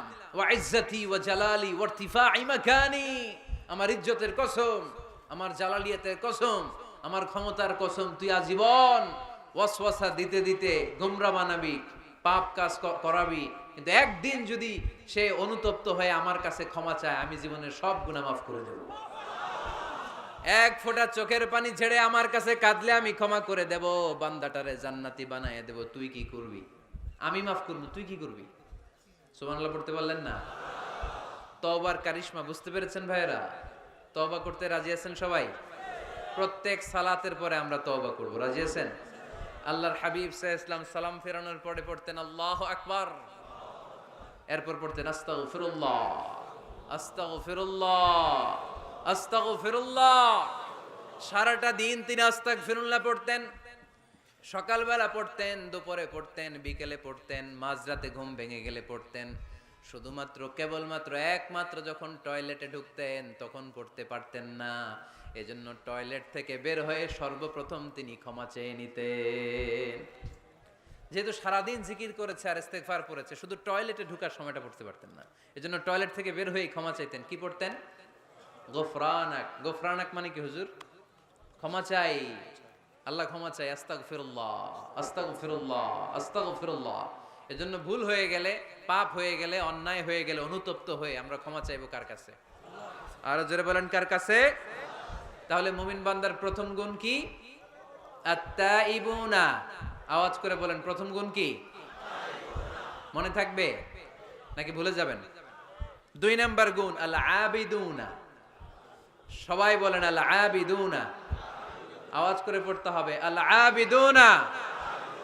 মানে মুমিন বান্দারা ইবাদত করবে একজনের, তিনি কে? ইবাদতের জন্য আমাদেরকে তৈরি করেছে কে? ওয়ামা খালাকাতুল জিন্না ওয়াল ইনসা ইল্লা লিয়াবুদুন। আল্লাহ বললেন, আমি জিন জাতি আর মানব জাতি, 2 জাতিকে তৈরি করেছি আমার ইবাদতের জন্য। কিসের কথা? আমাদের এসপি স্যার বলছে রাস্তা একদম জ্যাম স্যার, একদম কক্সবাজার হচ্ছে ওদিক দিয়ে ওই যে আমাদের আপনি একটু বসেন বসেন বসেন, ভালো কথা বলতেছে, বসেন, না বুঝে হই হই, বসেন। আপনাদের জেলার এসপি সাহেব, পুলিশ সুপার আপনাদের জেলার এসপি সাহেব হাইওয়ের, উনি এই যে লোক পাঠাইছে, পুরো কক্সবাজার জেলা গাড়িতে ব্লক। আমি তো শহর থেকে আসছি, আমি কক্সবাজার শহর থেকে আসছি, আমি দেখেছি এই ছেলেপেলারা যদি ধাক্কাধাক্কি করে আমার গাড়ি না আনতো, ফারুক বের গাড়ি এখান দিয়ে ঢুকতো না। তো এসপি সাহেব আশঙ্কা করছে যে অনেক ঝামেলা হতে পারে, এজন্য যারা যত্রতত্র গাড়ি পার্কিং করেছেন তারা যেন গাড়িগুলোকে সরায় ফেলেন, এই ঘোষণাটা আসছে ওখান থেকে। এজন্য উল্টাপাল্টা যদি কেউ পার্কিং করে থাকেন, রাস্তায় যদি কেউ জ্যাম লাগায় থাকেন, নিজ দায়িত্বে আপনি আপনার লেনে থাকবেন। ঘোষণাটি শেষ হলো। বসেন বসেন বসেন বসেন বসেন। আবার আওয়াজ শুরু হয়েছে। মুমিন বান্দার 2 নাম্বার গুণ কি বলেন? বলতে পারে না, খায়া ফেলাইছে, বইলা গেছে। আল আবিদুনা। ইবাদত চলবে একজনের, তিনি কে? দাসত্ব চলবে একজনের, তিনি কে? সেজদা দেব আমরা একজনকে, তিনি কে? নাকি মাজারে সেজদা, বাজারে সেজদা, পীরকে সেজদা, বাবাকে সেজদা? সেজদা চলবে একজনকে, তিনি কে? কেউ ফিরে না খালি হাতে, আল্লাহরে তোর দরবারেতে। পড়েন, কেউ ফিরে না। এজন্য আল্লাহ বললেন মুমিন বান্দার দ্বিতীয় গুণ আল আবিদুনা, তারা ইবাদত করবে একজনের, তিনি কে? ফালইয়াবুদু রাব্ব হাযাল বাইত আল্লাযী আত'আমাহুম মিন জু' ওয়া আমানাহুম মিন খাউফ। আল্লাহ বললেন, এই কাবা ঘরের মালিক আমি আল্লাহ, আমি এক আল্লাহর ইবাদত তোমরা করো। আমরা বললাম, আল্লাহ আপনি এক আল্লাহর ইবাদত যদি আমরা শুরু করে দেই, আমরা কি পাবো? আল্লাহ বললেন, ক্ষুধার সময় খাবার পাবে, ভয়ের সময় নিরাপত্তা পাবে। ঠিক কি না? আমরা যখন ক্ষুধার্ত হই আমাদেরকে রিজিক দেয় কে? বিপদে পড়লে উদ্ধার করে কে? পেটে যখন ক্ষুধা, খাদ্যের ব্যবস্থা করে কে? দিও তৃষ্ণা পেলে ঠান্ডা পানি, ক্ষুধা পেলে লবণ ভাত। আল্লাহ এই গরিবের শোনো শোনো মুনাজাত, আল্লাহ এই গরিবের শোনো শোনো মুনাজাত, আল্লাহ এই গরিবের। পড়ে না আমিন? এই কাবা ঘরের রবের যদি ইবাদত করো, আল্লাযী আত'আমাহুম মিন জু', যখন তোমরা ক্ষুধার্ত থাকবে তোমাদেরকে রিজিক দিবে কে? ওয়া আমানাহুম মিন খাউফ, বিপদের সময় নিরাপত্তা দিবে কে? এজন্য মুমিন বান্দার দ্বিতীয় গুণ আল আবিদুনা, সব সময় ইবাদত করে কার? মুমিনের ইবাদত হবে শুধুমাত্র আল্লাহর। এই দুনিয়ায় যত নবী এসেছেন সব নবীরা আমাদেরকে এক আল্লাহর গোলাম বানাতে চেয়েছেন। ঠিক কি না? সব নবীদের একটা মিশন ছিল, সব নবীদের একটা ভিশন ছিল, সব নবীদের একটা স্লোগান ছিল, ইয়া কওমি ইবুদুল্লাহ মা লাকুম মিন ইলাহিন গায়রু আফালা তাত্তাকুন। ও আমার কওমের লোকেরা, কেন তোমরা এক আল্লাহর ইবাদত করো না? কেন তার পায়ে সেজদায় লুটিয়ে পড়ো না? সেজদা দিতে হয় একজনকে, তিনি কে? আল আবিদুনা। মুমিন বান্দারা এক আল্লাহে বিশ্বাসী, তাই মুমিনদেরকে বলা হয় মুওয়াহিদুন, তাওহীদপন্থী। আমরা কি পন্থী? আমরা এতজনের ইবাদত করি না, একজনেরই তো খুশি রাখার যে নিয়ম কানুন ওটা মানতে পারি না, ঠিক কি না? হিন্দু ভাইরা অনেক দেবতার পূজা করে কি করে না? আমি অনেক হিন্দু ভাইকে জিজ্ঞেস করেছি কাকে মানো, কয় অনেকগুলো আছে, সবার নামও জানি না। তো এই যে আপনার এতগুলো রব, হিন্দু ভাইদেরকে আমি পছন্দ করি, তারা আমাদের মাহফিলগুলোতে আসে, তো আমি বলি এই যে আপনার এতগুলো রব, আপনি যে রবের নামই জানেন না, এটা কেমন কথা? কোটি কোটি এদের দেবতা, অনেকের পক্ষেই আসলে এত দেবতার নাম মনে রাখা সম্ভব, এত দেবতার এত নিয়মকে মেনটেন করা সম্ভব না। সেই বিবেচনায় আমাদের পদ্ধতিটা অনেক ভালো আমরা মনে করি, ঠিক কিনা? খুশি করব একজন রে, কয়জন রে? One can not please everybody. একজন সবাইরে খুশি রাখতে পারে না। আমি আপনাদের সবার মন রক্ষা করে চলতে পারবো? যদি এমন হয় যে এই একজনের মন রক্ষা করবেন, এটা আমার জন্য সহজ না। এজন্য আমরা এতজনের ইবাদত করি না, আমরা ইবাদত করি কয়জনের? কুল হুয়াল্লাহু আল্লাহুস লাম ইয়ালিদ ওয়া লাম ইউলাদ ওয়া লাম ইয়াকুল লাহু আহাদ। তিনি এক, অদ্বিতীয়, তিনি একক, তার কোনো শরীক নাই। ওই একক সত্তার ইবাদতের নামই হচ্ছে আল আবিদুনা। চিল্লায় পড়েন ঠিক কি না? মুমিন বান্দার 2 নাম্বার গুণ আল আবিদুনা, ইবাদত করবে আল্লাহর। অনেকে মনে করে শুধু নামাজ পড়া ইবাদত, অনেকে মনে করে শুধু জিকির করা ইবাদত, অনেকে মনে করে রমাদানে রোজা রাখা ইবাদত, অনেকে মনে করে হজের সময় হজ করাই শুধু ইবাদত। আছে না নাই? না, শুধু এগুলোই ইবাদত নয়। যে কাজে আল্লাহ খুশি, খেয়াল রাখবেন, যে কাজে মানবতার কল্যাণ হয় তার সবটাই ইবাদত। সুবহানাল্লাহ পড়েন। ইমাতাতুল আযা আনিত তরিক, রাস্তায় ইটা পড়ে আছে, কেউ সরায় না। যে কেউ ইটার মধ্যে ধাক্কা খেয়ে উল্টে পড়তে পারে, পা ভেঙে যেতে পারে, আপনি ইটাটা সরাই দিয়েছেন, এটাও ইবাদত। সুবহানাল্লাহ পড়বেন না? তাবাসসুমুকা ফি ওয়াজহি আখিকা সাদাকা, your smile to your brother it's a charity. তুমি তোমার ভাইয়ের দিকে তাকিয়ে যে মুচকি হাসি মারলা, এটাও ইবাদত। তুমি তোমার স্ত্রীকে দেখে যে সালাম দাও, এটাও ইবাদত। স্ত্রীর সাথে যে আপনি অন্তরঙ্গ সময় কাটান, এটাও ইবাদত। সুবহানাল্লাহ পড়েন। অফি বুদআই আহাদিকুম সাদাকা, অফি বুদআই আহাদিকুম সাদাকা, অন্তরঙ্গ সময় যে তোমরা স্ত্রীর সাথে কাটাও, এটাও ইবাদত, এটাও সদকা দেওয়ার সওয়াব। আল্লাহর হাবিব যখন একথা বললেন, সাহাবারা অবাক। সাহাবারা বলতে শুরু করলো, ইয়া হাবিবাল্লাহ, এটা কেমন কথা? স্ত্রীর সাথে আমরা অন্তরঙ্গ মুহূর্ত কাটাবো, এটাতেও সওয়াব হয়? আল্লাহর হাবিব বললেন, এই অন্তরঙ্গ মুহূর্ত স্ত্রীর সাথে না কাটিয়ে যদি পরকিয়া করতা, গুনাহ আছে না নাই? তাহলে এই সময়টা যদি স্ত্রীর সাথে কাটাও, প্রতি মুহূর্তে তোমার আমলনামায় সওয়াব দিয়ে ভরে দিবে কে? আল আবিদুনা, এটা ইবাদত। বৃক্ষরোপণ কর্মসূচি, এর চেয়ে বড় ইবাদত হতে পারে? আল্লাহ এই গাছগুলোর ওসিলায় আমাদেরকে বাঁচিয়ে রেখেছে, ঠিক কিনা? আমরা যে গ্যাসটা নিয়ে শ্বাস নেই, এটার নাম কি? অক্সিজেন। ছাড়ি কোনটা? Carbon die oxide. তো এই যে অক্সিজেন নেই, এটা আসে কোত্থেকে? গাছ থেকে। গাছ লাগান, পরিবেশ বাঁচান। গাছ লাগান, পরিবেশ বাঁচান। এই গাছ লাগানোর চেয়ে বড় ইবাদত হতে পারে না। আপনি গোটা মানব সভ্যতাকে বাঁচালেন, ঠিক কিনা? একজনকে যদি আপনি বাঁচান, কেমন যেন গোটা বিশ্বের সবাইকে আপনি বাঁচালেন। এজন্য গাছ লাগানোর চেয়ে ভালো ইবাদত হতে পারে না। ঋণ দেয়া, এর চেয়ে ভালো ইবাদত আর হতে পারে?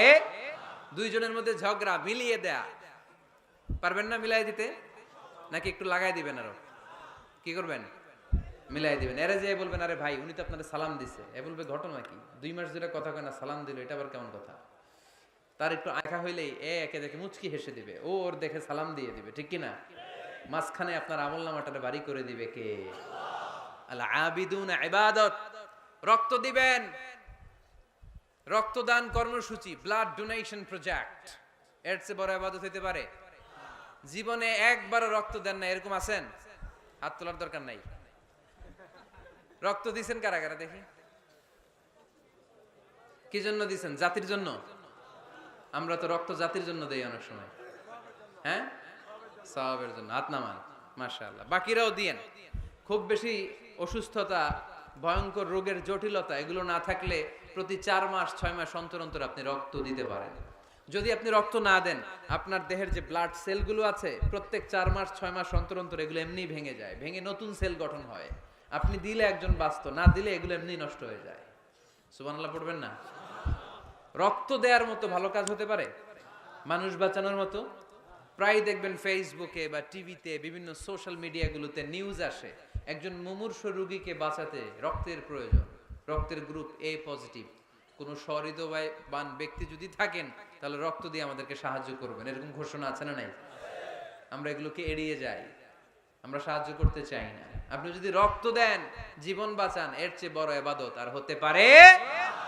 আপনি যদি নলকূপ স্থাপন করে দেন, হাজার হাজার পথিক এই নলকূপের পানি খেয়ে তৃষ্ণা নিবারণ করবে, এটাও ইবাদত, ঠিক কিনা? এজন্য মুমিন বান্দার দ্বিতীয় গুণ আল আবিদুনা, মুমিন বান্দা একজনের খুশির জন্য ইবাদত করে, তিনি কে? আমরা সব করি কার খুশির জন্য?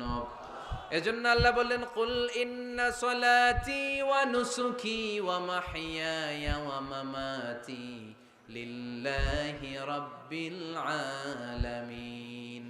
ও নবী, আপনি বলে দেন, নিশ্চয় আমার নামাজ, আমার রোজা, আমার হজ, আমার যাকাত, আমার জীবন, আমার মরণ একজনের জন্য, তিনি কে? সবকিছু হবে মুমিনের একজনের খুশির জন্য, তিনি হচ্ছেন আমাদের আল্লাহ। এজন্য মুমিন বান্দার 2 নাম্বার গুণ আল আবিদুন, মুমিন সবসময় ইবাদত করে কার জন্য? 3 নাম্বার গুণ হচ্ছে আল হামিদুনা। 3 নাম্বার গুণ কি? সবাই বলেন, আরো জোরে বলেন। পিছনের ভাইদের কষ্ট হচ্ছে অনেক না? আওয়াজ করে পড়েন, আল হামিদুনা। মানে প্রশংসা একজনের, তিনি কে? সবকিছু প্রশংসা করে কার? চাঁদ সূর্য প্রশংসা করে কার? আকাশ জমিন প্রশংসা করে কার? বৃক্ষরাজিগুলো প্রশংসা করে কার? এজন্য আল্লাহ বললেন, সাব্বাহা লিল্লাহি মা ফিস সামাওয়াতি ওয়া মা ফিল আরদি ওয়া হুয়াল আজিজুল হাকীম। নবমণ্ডল ভূমণ্ডল যেখানেই যা আছে, আকাশ জমিনের সব কিছু তাসবিহ পড়ে একজনের, তিনি কে? ওয়া ইম মিন শাইইন ইল্লা ইউসাব্বিহু বিহামদিহি ওয়ালাকিন লা তাফকাহুনা তাসবিহাহুম। নবমণ্ডল ভূমণ্ডল আকাশ বাতাসে যেখানেই যেটা আছে সব কিছু তাসবিহ পড়ে একজনের, কিন্তু তাদের তাসবির ভাষা তোমরা বোঝো না। সুবহানাল্লাহ পড়েন। গাছগুলো তাসবিহ পড়ে কার? শুনতে পাই, শুনতে পাই আমরা। পাখিগুলো জিকির করে কার? শুনতে পাই, কারণ ওই কান আমাদের নাই। ওই কান যাদের আছে তারা শুনতে পায়। সুবহানাল্লাহ পড়েন। পাখিরা যায় উড়ে যায় আকাশের ওই নীলিমায়, নদীরা যায় ছুটে যায় সাগরের ওই মোহনায়। পাখ পাখালি আর সাগর নদী, পাখ পাখালি আর সাগর নদী, কার গুণগান গায়। আল্লাহু আল্লাহ, আল্লাহু আল্লাহ, আল্লাহর গুণগান গায়। পড়েন, আল্লাহু আল্লাহ, আল্লাহু আল্লাহ, আল্লাহর গুণগান গায়। চিল্লায় পড়েন সুবহানাল্লাহ। তাহলে প্রশংসা চলবে একজনের, তিনি কে? শুরুতেই বলেছি, আল্লাহর প্রশংসা করে কখনো কোনোদিন শেষ করা যাবে। এজন্য মুমিন বান্দার 3 নাম্বার গুণ হচ্ছে আল হামিদুনা। 3 নাম্বার কি? হামিদুনা। প্রতিদিন সালাতের শুরুতে সূরা ফাতিহাতে আমরা এই প্রশংসার ঘোষণা দেই, আমরা পড়ি আলহামদুলিল্লাহি রাব্বিল আলামিন। সকল প্রশংসার মালিক ওই আল্লাহ, যিনি হচ্ছেন রব্বুল আলামিন, গোটা বিশ্বের যিনি রব। চাওয়ার আগে যিনি দিয়ে দেয় তার নাম রব। যার যখন যেটা যতটুকু লাগে তাকে তখন সেটা ততটুকু ফরিয়াদ করার আগেই যিনি দিয়ে দেয় তার নাম রব। আমরা ওই রবের প্রশংসা করি, আমরা পড়ি আলহামদু। কি পড়ি? আলহামদু মানে সকল প্রশংসা। আল্লাহর হাবিব সাল্লাল্লাহু আলাইহি ওয়াসাল্লাম কিয়ামতের দিন একটা পতাকা ধরে রাখবেন এইভাবে, ওই পতাকার মধ্যে লেখা থাকবে আলহামদু। কি লেখা থাকবে? এটাকে বলে লিওয়াউল হামদ, হামদের পতাকা। কারণ এই পৃথিবীতে আল্লাহ তাআলা সবচাইতে বেশি প্রশংসা যিনি করেছেন তার নাম মুহাম্মদ সাল্লাল্লাহু আলাইহি ওয়াসাল্লাম। মুহাম্মদ মানে প্রশংসিত। আবার ওনার আরেকটা নাম হলো আহমাদ। আহমাদ মানে যিনি সবচাইতে বেশি প্রশংসা করে, ঠিক কিনা? আবার কিয়ামতের দিন সবচেয়ে বেশি প্রশংসার নমুনা স্বরূপ প্রশংসার পতাকা নিয়ে তিনি দাঁড়িয়ে থাকবে। প্রশংসার পতাকা নিয়ে বিশ্বনবী জান্নাতীদেরকে নিয়ে ছুটবেন জান্নাতের দিকে। এক হাতে পতাকা, আরেক হাতে জান্নাতে নক করবেন। নক করার সাথে সাথে খাজিনুল জান্নাহ, জান্নাতের রক্ষী ফেরেশতা বলবে, মান আনতা, তুমি কে? আল্লাহর হাবিব বলবেন, আনা মুহাম্মদ, আমি মুহাম্মদ সাল্লাল্লাহু আলাইহি ওয়াসাল্লাম। জান্নাতের ফেরেশতারা বলবে, ঠিক আছে, আপনার জন্যই খুলতে বলা হয়েছে, আর আমাদেরকে এই নির্দেশ দিয়ে দেয়া হয়েছে যে আপনি ছাড়া কারো জন্য যেন এই জান্নাতের দরজা আমরা না খুলি, আপনার জন্যই যেন এই দরজা খোলা হয়। পড়েন সুবহানাল্লাহ। এজন্য প্রশংসা চলবে একজনের, তিনি কে? আল্লাহর প্রশংসা করে শেষ করা যাবে? মুমিনদের বৈশিষ্ট্য, সব সময় আল্লাহর প্রশংসা করে। মুমিন সব সময় পড়ে আলহামদুলিল্লাহ। সব সময় কি পড়ে? আলহামদুলিল্লাহ। সুখ আছে আলহামদুলিল্লাহর ভিতরে। সুখ আছে কিসের ভিতরে? আওয়াজ করে সবাই পড়েন তো আলহামদুলিল্লাহ। মুমিন বান্দার 4 নাম্বার গুণ হলো আস-সাইহুনা। 4 নাম্বার গুণ কি? আস-সাইহুন। আস-সাইহুনের 3টা তাফসীর এসেছে, আওয়াজ করে পড়েন কয়টা? তাফসীরে এসেছে আস-সাইহুন এর মানে হচ্ছে আস-সাইরুন, মানে ভ্রমণকারী। কুল সিরু ফিল আরদি ফানজুরু কাইফা কানা আকিবাতুল মুকাজ্জিবিন। জমিনের মধ্যে তোমরা ঘুরে বেড়াও, আর যারা মিথ্যাবাদী ছিল, যারা দাম্ভিক ছিল, তাদের পরিণাম কি হয়েছে তোমরা দেখে আসো। এজন্য দেখে দেখে অনেক কিছু শেখা যায়, ঠিক কি না? 10টা বই পড়ে আপনি যা শিখতে না পারবেন, 3 দিনের সফর থেকে আপনি বেশি শিখতে পারবেন, ঠিক কি না? এজন্য সফর করবেন, ঘুরতে যান, মিশরে যান, মিশরের পিরামিডে যান। এই পিরামিডের ভিতরে ফেরাউনের লাশ রাখা হয়েছিল, এখন সেখান থেকে এনে মিশরের জাদুঘরে রাখা হয়েছে। আপনি দেখলে বুঝবেন কেমন করে আল্লাহ একজন দাম্ভিক বাদশাকে শুটকির মতো বানিয়ে রাখতে পারে। ফাইম এলাকায় যান, ওখানে গেলে আপনি কারুনের ধ্বংসস্তূপ দেখতে পাবেন, যেখানে কারুনের সমুদয় সম্পদ সহ আল্লাহ জামিনের ভিতরে গেড়ে দিয়েছে। সম্পদের মালিক হয়ে সম্পদের পাহাড় বানিয়ে যারা দাম্ভিকতা দেখায়, তাদের নমুনা কি হতে পারে সেখানে আছে না নাই? আপনি জর্ডানে চলে যান, ওখানে আছে আল বাহরুল মাইয়িত, মৃত সাগর, ইংরেজিতে বলে ডেড সি, মৃত সাগর আছে না? সল্টের ডেনসিটি এত বেশি এই সাগরে, এই সাগরে কোনো মানুষ ডুবে না। আপনি ধপাস করে সাগরে পড়লে ডুববেন না, আপনি ভেসে থাকবেন, কারণ লবণের পরিমাণ খুব বেশি। এই সাগরের ভেতরে কোনো মাছ জন্মায় না, কোনো মাছ নাই, কোনো ব্যাঙ নাই, কোনো কাঁকড়া নাই, কিচ্ছু নাই, শ্যাওলাও জন্মায় না। এত লবণ, এটা গজবের জায়গা। লূত আলাইহিস সালামের কওমের লোকেরা সমকামিতা করত, ছেলে ছেলেতে বিয়ে, মেয়ে মেয়েতে বিয়ে। ইদানিং বাংলাদেশেও ঢুকতেছে এটা, নাউজুবিল্লাহ পড়বেন না? এগুলোরে ঠেকায় দেওয়া যাবে? এগুলোকে রুখে দেওয়া যাবে? মুসলমান সাবধান, খুব সাবধানে থাকতে হবে। এগুলো দেখেন, এগুলো যদি আপনি দেখেন তাহলে আল্লাহর প্রতি ভয় বাড়ায় দিবে কে? তাহলে সাইহুনার প্রথম ব্যাখ্যা হচ্ছে সাইরুনা। সাইহুনার 2 নাম্বার তাফসীর হচ্ছে সাইমুনা। তাফসীরে এসেছে আস-সাইহুন মানে হচ্ছে আস-সাইমুন, রোজাদার। রোজা রাখেন না আপনারা? রমজান মাস আসতেছে না কয়েক মাস পরে, রমাদানের রোজা যারা রাখে তারা হচ্ছে সাইহুন। আবার নফল রোজা যারা রাখে, সোমবার বৃহস্পতিবার আল্লাহর হাবিব রোজা রাখতেন, আপনারা মাঝে মাঝে রাখেন। আরাফার রোজা রাখতেন আল্লাহর হাবিব, আশুরার রোজা রাখতেন। প্রতি মাসের আইয়ামুল বিদ 13, 14, 15 এই 3 দিনের রোজা রাখতেন। কক্সবাজারের ভাইয়েরা এই রোজাগুলো আপনারা রাখেন না? না রাখেন?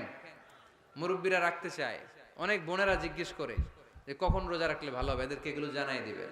রোজা রাখার কি ফজিলত শোনেন। ইন্না ফিল জান্নাতি সামানিয়াতু আবওয়াব, জান্নাতে 8টা দরজা আছে। কয়টা? মিনহা বাব ইউসাম্মা আর-রায়্যান, সেখানে স্পেশাল একটা দরজা আছে, ওইটার নাম আর-রায়্যান। লা ইয়াদখুলুহু ইল্লা সাইমুন, রোজাদাররা ছাড়া কেউ ওই রায়্যান দরজা দিয়ে ঢোকার সুযোগ পাবে না। মান দাখালাহু লাম ইয়াজমা আবাদা, একবার রায়্যান দরজা দিয়ে যে ব্যক্তি ঢোকার সুযোগ পাবে, কিয়ামতের জন্য তার গলার তৃষ্ণা মিটিয়ে দিবে কে? সাইহুনার 3 নাম্বার ব্যাখ্যা হলো আল মুজাহিদুনা, যারা জিহাদ করে তারা আল্লাহর প্রিয়। ওয়াজাহিদু ফিল্লাহি হাক্কা জিহাদিহি, যেমন করে জিহাদ করা দরকার ঠিক তেমন তেমন আল্লাহর জন্য জিহাদ করো। অনেকে মনে করে জিহাদ মানে তলোয়ার, জিহাদ মানে AK-47, জেহাদ মানে মাথার মধ্যে কালো পাগড়ি, তারপরে বোম ফোটানো, আছে না নাই? না, এটা ভুল ধারণা। জেহাদ হচ্ছে আল্লাহর জমিনে আল্লাহর দিনকে বাস্তবায়নের জন্য প্রাণান্তকর প্রচেষ্টা, যে সময় যেটা লাগে। কাফের মুশরিকদের বিরুদ্ধে যদি আমাদের মুসলিম দেশের প্রধান ঘোষণা দেয়, তখন সশস্ত্র সংগ্রামের নাম হচ্ছে জেহাদ, ঠিক কি না? এছাড়া যিনি বক্তব্য দিতে পারে, তার বক্তব্য হচ্ছে জেহাদ। যিনি লিখতে পারে, ইসলামের পক্ষে লিখে যাওয়াটাই হলো জেহাদ। যার প্রশাসনিক ক্ষমতা আছে, প্রশাসনের চেয়ারে বসে ইসলামের উপকার করার নাম হলো জেহাদ। অনেকে জেহাদের সাথে জঙ্গিবাদকে গুলায়, আছে না নাই? জেহাদ এক জিনিস, জঙ্গিবাদ আরেক জিনিস। জঙ্গিবাদ হচ্ছে মানুষের অকল্যাণ করা, মানুষের সম্পদকে নষ্ট করা, মানুষের উপর জুলুম করা হচ্ছে জঙ্গিবাদের অপর রূপ। চিল্লায় বলেন ঠিক কিনা? আর জেহাদ হচ্ছে মানবতার কল্যাণে কাজ করা, সত্যের পক্ষে থাকার নাম হচ্ছে জেহাদ। যারাই সত্যের পক্ষে, যারাই কল্যাণের পক্ষে, তারা হলো মুজাহিদ। আর যারাই সত্যের বিপক্ষে, তারাই হচ্ছে জঙ্গি। আল্লাহর হাবিব সাল্লাল্লাহু আলাইহি ওয়াসাল্লাম ছিলেন মুজাহিদ, আর জঙ্গি ছিল আবু জাহেল, ঠিক কিনা? সাইয়েদনা ইব্রাহিম খলিল ছিলেন মুজাহিদ, নমরুদ ছিল জঙ্গি। মুসা আলাইহিস সালাম ছিলেন মুজাহিদ, তাহলে জঙ্গি ছিল কে? চিল্লায় বলেন কে? এখানে আপনারা যারা কোরআনের পক্ষে, প্রত্যেকে এক একজন মুজাহিদ। চিল্লায় বলেন ঠিক কিনা? আর যাদের এই কোরআনের মাহফিলকে পছন্দ হয় না, কোরআনের আওয়াজ যারা সহ্য করতে পারে না, কোরআনের উচ্ছ্বাস আর আবেগকে যারা থামিয়ে দিতে চায়, এরাই এক একটা জঙ্গি। চিল্লায় বলেন ঠিক কিনা? এরাই জঙ্গি। জিহাদ হচ্ছে মুসলিমের পক্ষে মুসলিমের হক আদায় করার মিশনের নাম হচ্ছে জিহাদ। জঙ্গিবাদকে মাটির সাথে মিশিয়ে জঙ্গিবাদের কবর রচনা করার নাম হচ্ছে জিহাদ। সমাজ থেকে জঙ্গিপনা দূর করার নাম হচ্ছে জিহাদ। তার মানে জিহাদ এক জিনিস, জঙ্গিপনা আরেক জিনিস, ঠিক কিনা? এক সাহাবী এসে বললেন, ইয়া রাসূলুল্লাহ, আপনি আমাকে সফরের অনুমতি দেন। বিশ্বনবী বললেন, সফর করার দরকার নাই, জিহাদে নেমে পড়ো। ইন্না সিয়াহাতা উম্মতি আল জিহাদু ফি সাবিলিল্লাহ। আমার উম্মতেরা যখন জিহাদে নেমে পড়ে, আমার উম্মতের জিহাদ হলো সফর। সুবহানাল্লাহ পড়েন। সফর করলে এটা জিহাদ হয়ে যাবে। তাহলে মুমিন বান্দার 4 নম্বর গুণ হচ্ছে সাইহুনা। মুমিন বান্দারা সফর করে আল্লাহর সৃষ্টি বৈচিত্র্য দেখে আল্লাহকে চিনতে চায়। সাইহুনার দ্বিতীয় ব্যাখ্যা হচ্ছে সাইমুনা, তারা আল্লাহর খুশির জন্য রোজা রাখে। সাইহুনার 3 নম্বর ব্যাখ্যা হচ্ছে আল মুজাহিদুনা। মুমিন বান্দারা আল্লাহর খুশির জন্য আল্লাহর জমিনে জিহাদ করে, ঠিক কিনা? মুমিন বান্দার 5 নম্বর গুণ হলো আর রাকিউনা। 6 নম্বর গুণ হলো আস-সাজিদুনা। মুমিন বান্দারা রুকু সেজদা করে একজনের খুশির জন্য। তিনি কে? দুনিয়ার বুকে যারা আপনারা সেজদা করতেন, রুকু করতেন, কিয়ামতের ময়দানে আল্লাহ দেখতে চাইবে, আমাকে একটা রুকু আর একটা সেজদা করে দেখাও। আমরা মসজিদে যে এজন্য সেজদা করি, কিয়ামতের দিন ওইরকম একটা সেজদা দিয়ে আল্লাহরে দেখাইতে পারবো না? সবাই পারবেন? আল্লাহ বলবেন, সেজদা দাও, আমার দেখাও। ইয়াউমা ইউকশাফু আন সাকিন ওয়া ইউদআউনা ইলা সুজুদি ফালা ইস্তাতিউন। আল্লাহ বলবেন, কারা কারা সেজদা দিছিলা দেখাও। আমরা যারা দুনিয়াতে সেজদা দিয়েছি, আমরা আল্লাহু আকবার বলে সেজদায় লুটিয়ে পড়ব। ইনশাআল্লাহ পড়বেন না? আর যারা দুনিয়ায় সেজদা দেয় নাই, এরা শত চেষ্টা করেও পিঠটা বাঁকাই করতে পারবে না। এদের পিঠটারে লোহার মতো শক্ত করে দিবে কে? আর রাকিউনা আস-সাজিদুনা। মুমিন বান্দারা রুকু সেজদায় লুটিয়ে পড়ে। বিশ্বনবীর রুকুর পিঠটা ছিল স্ট্রেট ফরওয়ার্ড, লা ইউকনিউ ওয়া লা ইয়াসুব ওয়া কানা বাইনা যালিক, স্ট্রেট ফরওয়ার্ড। পানি ভর্তি একটা গ্লাস যদি বিশ্বনবীর রুকু দেয়া পিঠের উপর রেখে দেয়া হয়, গ্লাসটা কাঁপেও না, গ্লাস থেকে পানি পড়েও না। সুবহানাল্লাহ পড়েন। তার মানে পিঠটা বাঁকা ছিল না, কেনা ছিল? হ্যাঁ, সোজা ছিল, খুবই সোজা, স্ট্রেট ফরওয়ার্ড। আল্লাহর হাবিব বলতেন, সবচেয়ে বড় চোর যে নামাজে চুরি করে। সাহাবারা বললেন, নামাজে কিভাবে চুরি করে ইয়া রাসূলুল্লাহ? আল্লাহর হাবিব বললেন, ইয়াসরিকু ফি রুকুইহি ওয়া সুজুদিহি। রুকু সিজদায় চুরি করে। রুকু থেকে দাঁড়িয়ে কয়েক সেকেন্ড সোজা হয়ে দাঁড়িয়ে থাকা, এটা ওয়াজিব, তা'দিলুল আরকান। অনেকেই দেখবেন রুকু থেকে কোন রকম মাথা তুলে সেজদায় দৌড় মারে, আছে না নাই? 2 সেজদার মাঝখানে কয়েক সেকেন্ড ধীর স্থির ভাবে বসে থাকা, এটা ওয়াজিব। আমাদের মাযহাবে ওয়াজিব, হানাফি মাযহাবে, বাকি মাযহাবে ফরজ। বাকি মাযহাব অনুযায়ী নামাজই হবে না। আমাদের মাযহাবে হবে, বাট সরু সেজদা লাগবে। এক সেজদা দিয়ে আরেক সেজদার মাঝখানে 2-1 সেকেন্ড বসে ধীর স্থির অপেক্ষা করা, রিল্যাক্স করা, এটা ওয়াজিব। অনেকেই প্রথম সেজদা দিয়ে কোনো রকম মাথা উঠেই আরেক সেজদা মারে। কক্সবাজারে এরকম নাই, আছে? ভালো হয়ে যান, ভালো হইতে পয়সা লাগে না। এরকম করবে না।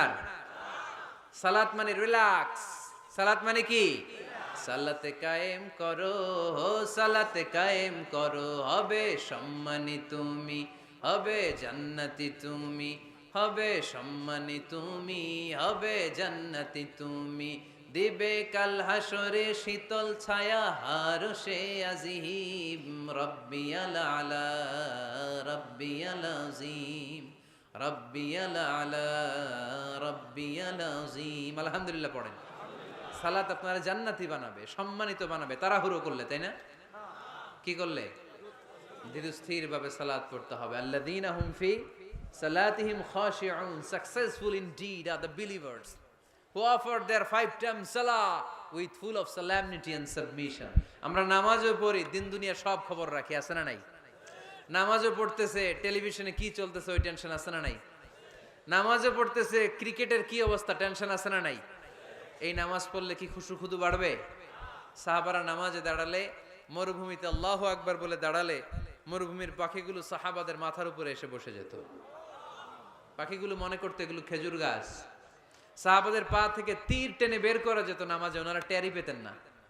নামাজের বাইরে তীর ধরে টান দিলে কাঁদতেন, আর নামাজে তীর ধরে টান দিলে টেরই পেতেন না। সুবহানাল্লাহ মাহফিলের পরে পড়বেন, আওয়াজ করে পড়েন আল্লাহু আকবার। সিজদা দিয়ে আপনি আল্লাহর কাছে যেতে পারবেন। আমরা আল্লাহর কাছে যেতে চাই না? প্রধানমন্ত্রী যদি ডাকে খুশি হবেন না? মাননীয় প্রধানমন্ত্রী শেখ হাসিনা আপনাকে ইনভাইটেশন লেটার পাঠালো, আসো আমার বাসভবনে, তোমার সাথে সাক্ষাৎ করব। কি খুশি আমরা, হ্যাঁ? সেজে গুজে আমরা যাব। প্রধানমন্ত্রী আমাকে ডাকছে, উনি আসতে বলছে, ওনার কাছে যাওয়া যাবে। আর সেজদায় পড়ে যে আল্লাহর কাছে যাওয়া যায় আমরা টেরই পাই না। আল্লাহ একটা নীতিমালা আমাদেরকে শিখাইয়া দিয়েছেন। আল্লাহ বলেছেন, আমার কাছে আসতে চাও, সেজদায় লুটিয়ে পড়ো। ওয়াসজুদ ওয়াক্তারিব, আমার সাথে সাথে পড়েন, ওয়াসজুদ ওয়াক্তারিব, ওয়াসজুদ ওয়াক্তারিব, ওয়াসজুদ ওয়াক্তারিব। সেজদা দাও, কাছে আসো। সুবহানাল্লাহ পড়েন। আল্লাহর কাছে যেতে চান, সেজদায় লুটিয়ে পড়েন। আল্লাহর হাবিব বলেছেন, আখরাবু মা ইয়াকুনুল আবদু মির রাব্বিহি ওয়া হুয়া সাজিদুন ফাআকসিরু ফীহি আদ-দুআ। বান্দা আল্লাহ তাআলার সবচেয়ে কাছে তখন চলে যায় যখন বান্দা সেজদায় লুটিয়ে পড়ে। আপাত দৃষ্টিতে দেখা যায় আপনার সেজদাটা মসজিদের কার্পেটের উপরে পড়েছে, তাই না? আপাত দৃষ্টিতে দেখা যায় সেজদা দিলে এটা জায়নামাজের উপরে পড়েছে, কিন্তু আল্লাহর হাবিব বলে তোমার সেজদাটা আল্লাহর কুদরতি পায়ের উপরে পড়েছে।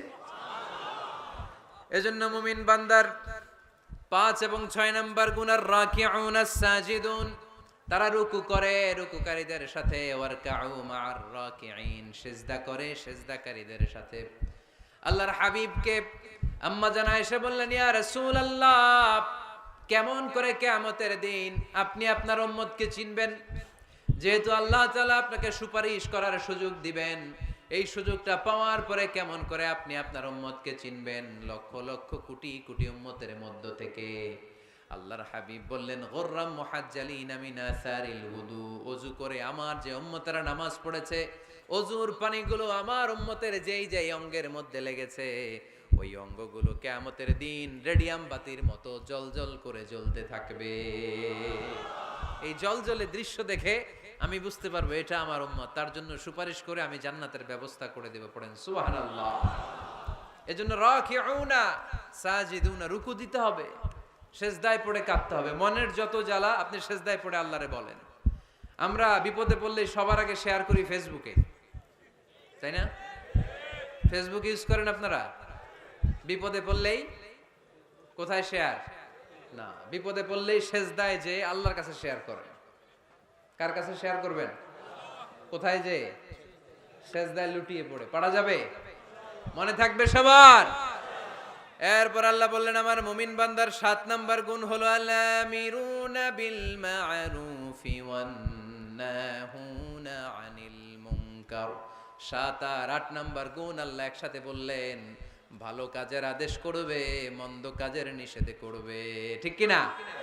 মান রাআ মিনকুম মুনকারান ফালিয়ুগাইয়িরহু বিয়াদিহি, খারাপ কাজ যদি দেখো, সমাজে অসঙ্গতি যদি দেখো, অন্যায় কাজ যদি চোখের সামনে হতে দেখো, ক্ষমতা থাকলে হাত দিয়ে থামিয়ে দাও। ঠিক কি না? চেয়ারম্যান সাহেবের জন্য এটা ওয়াজটা, উনি পারবে, আপনি পারবেন? আপনি যদি হাত দিয়ে থামাইতে দেন, খবর আছে না নাই? চেয়ারম্যান সাহেব যদি থামাই দেয়, কোনো ঝামেলা আছে? তাহলে প্রথম স্তর হচ্ছে আমাদের টিপু ভাইয়ের জন্য। টিপু ভাই অন্যায় দেখলে থামাই দিবেন। ঠিক কি না? টিপু ভাইয়ের সাথে আমরা আছি না নাই? অন্যায়কে রুখে দেন, জঙ্গিবাদকে রুখে দেন, টেন্ডারবাজি রুখে দেন, চাঁদাবাজি রুখে দেন, ক্যাসিনোর ব্যবসাকে রুখে দেন। নাই, মাশাআল্লাহ।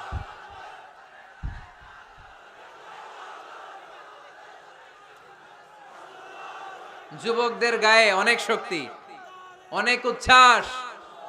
যুবকরা চাইলেই টেন্ডারবাজি বন্ধ করে দিতে পারে, যুবকরা চাইলেই চাঁদাবাজিটা বন্ধ করে দিতে পারে, এরা চাইলেই সমাজটারে যৌতুক মুক্ত করতে পারে, এরা চাইলেই সমাজটারে সুন্দর করতে পারে, যুবকরা চাইলেই ইফটিজিং থামায় দিতে পারে।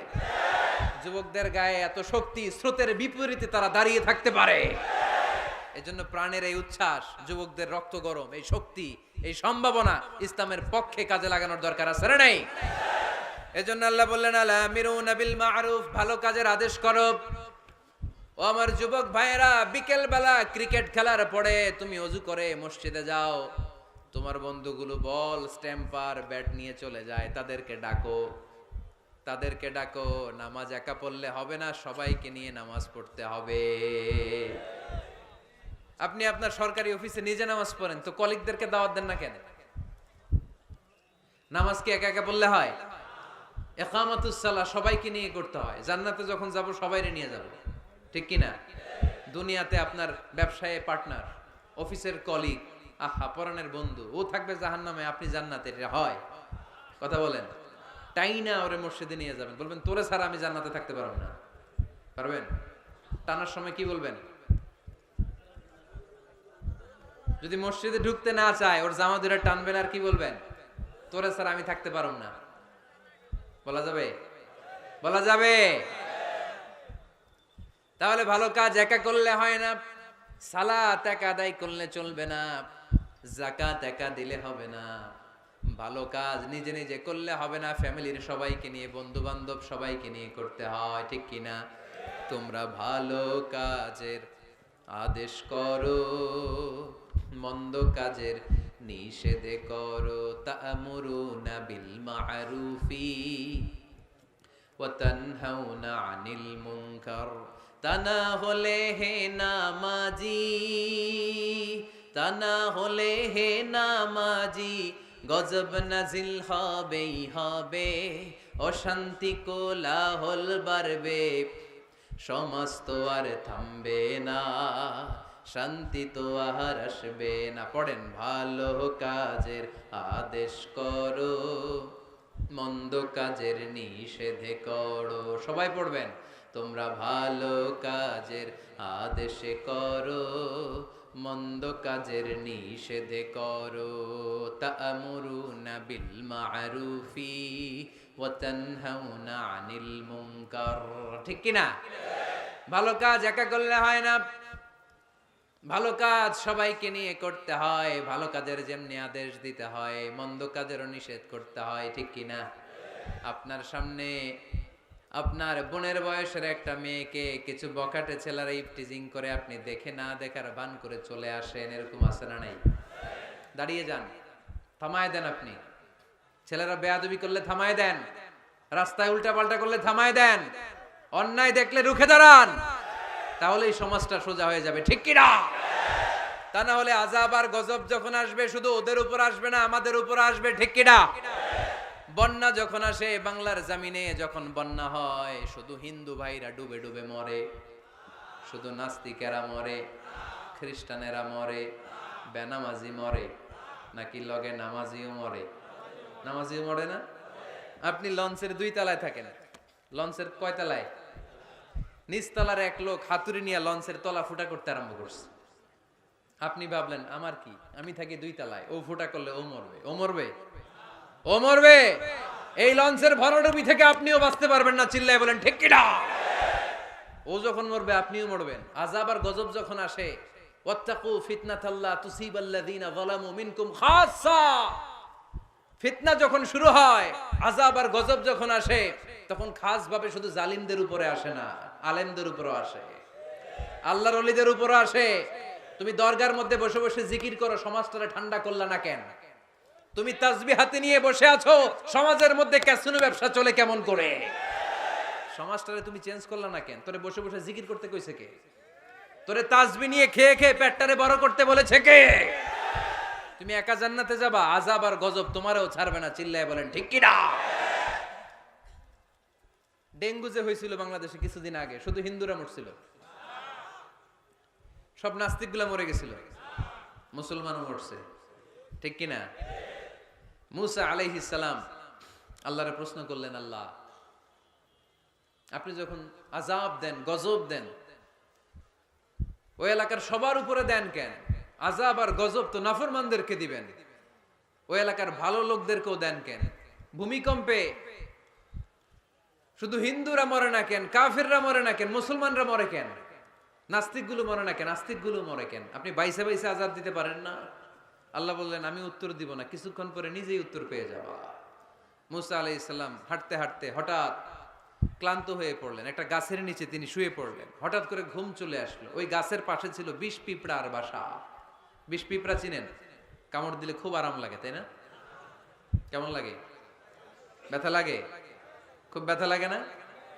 3-4টা 20 পিঁপড়া ওই 20 পিঁপড়ার বাসা থেকে এসে সাইয়েদনা মুসা আলাইহিস সালামের পায়ের মধ্যে কামড়াতে আরম্ভ করলো। মুসা আলাইহিস সালামের মেজাজ তো খুব নরম ছিল, তাই না? খুব গরম মেজাজের নবী ছিলেন, রেগে যেতেন, খুব সাহসী ছিলেন। এই 2টা ক্যারেক্টার খুবই সাহসী, এক হচ্ছে মুসা আলাইহিস সালাম, আর এক হচ্ছে সাইয়েদনা ওমর ফারুক, ঠিক কি না? ওনাদের কথার চাইতে হাত চলতো আগে। এরকমও দরকার আছে না নাই? মায়ের উপরে ওষুধ নাই, মায়ের ভেতরে ভিটামিন আছে, ঠিক কি না? মাঝে মাঝে এই ভিটামিনের দরকার আছে না নাই? শুয়ে রইলেন মুসা আলাইহিস সালাম। 3-4টা 20 পিঁপড়া এসে পায়ে কামড়ানো শুরু করলো। রেগে গেলেন, রেগে মেগে আগুন, খুঁজতে আরম্ভ করলেন কিসে এত ব্যথা, দেখে পিঁপড়ায় কামড়ায়। এই 3-4টারে তো মারলই, পাশে দেখে পিঁপড়ার বাসা, পুরা বাসাটারে পা দিয়ে ভেঙে চুরে ছারখার। রাব্বুল আলামিন ডেকে বললেন, মুসা পিঁপড়া কামড় দিছিল কয়টা? কয় 3টা। তাইলে পুরা পিঁপড়ার বাসা ভাঙলা কেন? কামড় দিয়েছে 3-4টা পিঁপড়া, পুরো পিঁপড়ার বাসাগুলোরে ডলে ডলে পিষে শেষ করলা কেন? আল্লাহ ডেকে বললেন, মুসা আযাব আর গজব যখন আমি পাঠাই, আমি বাছায় বাছ বিচার করে পাঠাতে পারি না। আযাব পাঠালে জালেমরা যেমনি মরে, আলেমরাও মরে। এজন্য আপনি আলেম হয়ে বসে থাকলে, খানকার ভিতরে বসে থাকলে দেশ চলবে না। খানকার ভিতরে বসে থাকলে গোটা বিশ্ব যদি শয়তানের রাজ্য চলে, আপনি মুক্তি পাবেন না। গোটা বিশ্বটা ঠিক করার জন্য আল্লাহ আপনারে পাঠাইছে। এত মানুষের দরকার নাই, সংস্কারবাদী একজন পারে বাংলাদেশকে সংস্কার করে দিতে, ঠিক কিনা? যুগ জামানা পাল্টে দিতে চাই না অনেকজন, এক মানুষই আনতে পারে জাতির জাগরণ। এক মানুষই বিপদকালে বাঁচায় কাফেলায়, ক্ষুদ্র ডিঙ্গি বাঁচায় জাহাজ অসীম দরিয়ায়। এজন্য একা একা মুসল্লি সাইজেন না, সমাজটারে মুসল্লি বানাইতে হবে। একা একা সালাত পড়েন না, আশেপাশে সবাইরে নিয়ে মসজিদে ঢুকতে হবে, আওয়াজ তুলে বলেন ঠিক কিনা? এজন্য আল্লাহ বললেন, আল আমিরুনা বিল মারুফ ওয়ান নাহুনা আনিল মুনকার, ভালো কাজের আদেশ করবে, মন্দ কাজের নিষেধ করবে। মন্দ কাজ যদি, খারাপ কাজ যদি কেউ দেখে, ক্ষমতা থাকলে টিপু ভাইয়ের মতো হাত দিয়ে থামায় দেন, ক্ষমতা না থাকলে মুখ দিয়ে এটার বিরুদ্ধে বলতে আরম্ভ করে দেন, ফেসবুকে লেখালেখি শুরু করে দেন। তাও যদি না পারেন, মনে মনে ওইটারে ঘৃণা করেন, মনে মনে প্ল্যান প্রোগ্রাম করেন কেমন থেকে এই সমস্যাটা সমাজ থেকে দূর করা যায়, ঠিক কিনা? চুপ থাকা যাবে না, অন্যায় দেখে চুপ থাকা যাবে? আস-সাকিতু আনিল হাক্কি শাইতানুন আখরাস, অন্যায় দেখে যেটা চুপ থাকে, বিশ্বনবী বললেন এটা মুমিন নয়, এটা বোবা শয়তান। আল আমিরুনা বিল মারুফ, ভালো কাজের আদেশ করবে মুমিনেরা, ওয়ান নাহুনা আনিল মুনকার, খারাপ কাজ দেখলে নিষেধ করবে। সর্বশেষ গুণ আল্লাহ বললেন 9 নাম্বার গুণ, والحافظون لحدود الله وبشر المؤمنين মুমিন বান্দারা আল্লাহর দেয়া হুদুদকে লঙ্ঘন করে না, আল্লাহর দেয়া যে সীমানা এটাকে লঙ্ঘন করে না, এটাকে হেফাজত করে। হুদুদুল্লাহর দুইটা তাফসীর এসেছে। তাফসীর নাম্বার 1 ফারাইদুল্লাহ, মুমিন বান্দারা আল্লাহর দেয়া ফরজকে কখনো নষ্ট করে না। আপনি সমস্যায় আছেন, ব্যস্ত, নফল ছেড়ে দিলে মাফ করে দিবে কে? কিন্তু ফরজ সাল্লাল্লাহ মাফ করবে? সফরের মধ্যে 4 রাকাতরে 2 রাকাত বানাই দিছে কে? সুন্নতগুলোকে বাদ দিয়ে দিছে কে? কিন্তু ফরজ বাদ দেয়া যাবে? কথা বলেন। মুমিন বান্দারা ফরজের ব্যাপারে কখনো কোনো কম্প্রোমাইজ করে না। আল হাফিজুনা লিহুদুদিল্লাহ আই হাফিজুনা লিফারাইদিল্লাহ। 2 নাম্বার তাফসীর আল হালালি ওয়াল হারাম, মুমিন বান্দারা হালাল হারামকে সব সময় সংরক্ষণ করে, হালাল হারামকে কখনো মিশাতে চায় না। অনেকে আছে ইনকাম যখন করে হালালও খায় হারামও খায়, আছে না নাই? এমনে কামায় 2 হাতে, ডান হাতেও নেয় বা হাতেও নেয়, গাছেরটাও খায় তলারটাও খায়, আছে না নাই? হালাল হারামকে মিশ্রণ করে ফেলে, আছে না নাই? না, মুমিনরা কখনো হারাম খেতে পারে না। মুমিনরা সব সময় হালাল অবলম্বন করে। হালালে বরকত, হালাল পরিবেশ বান্ধব, হালালটাই রুচিসম্মত, হালালটাই সম্মানজনক, ঠিক কিনা? হারামে কোনো বরকত নাই, বরকত সব হালালে। বলেন তো, গরু খাওয়া হালাল না হারাম? সবাই বলেন। কুকুর খাওয়া? কক্সবাজারে কি জবাই হয় বেশি প্রতিদিন কসাইখানায়? গরু না কুকুর? কুরবানিতে কি জবাই করেন? বিয়ের অনুষ্ঠানে, সুন্নাতে খাত নাই, সব জায়গায় গরু জবাই হয়। কুকুর জবাই হয়? হয় না। গাভী বছরে বাচ্চা দেয় কয়টা? একটা। কুকুর দেয় কয়টা? 6টা, 7টা, 8টা। এদের তো কোনো ফ্যামিলি প্ল্যানিং নাই, দিতে থাকে দেদারসে।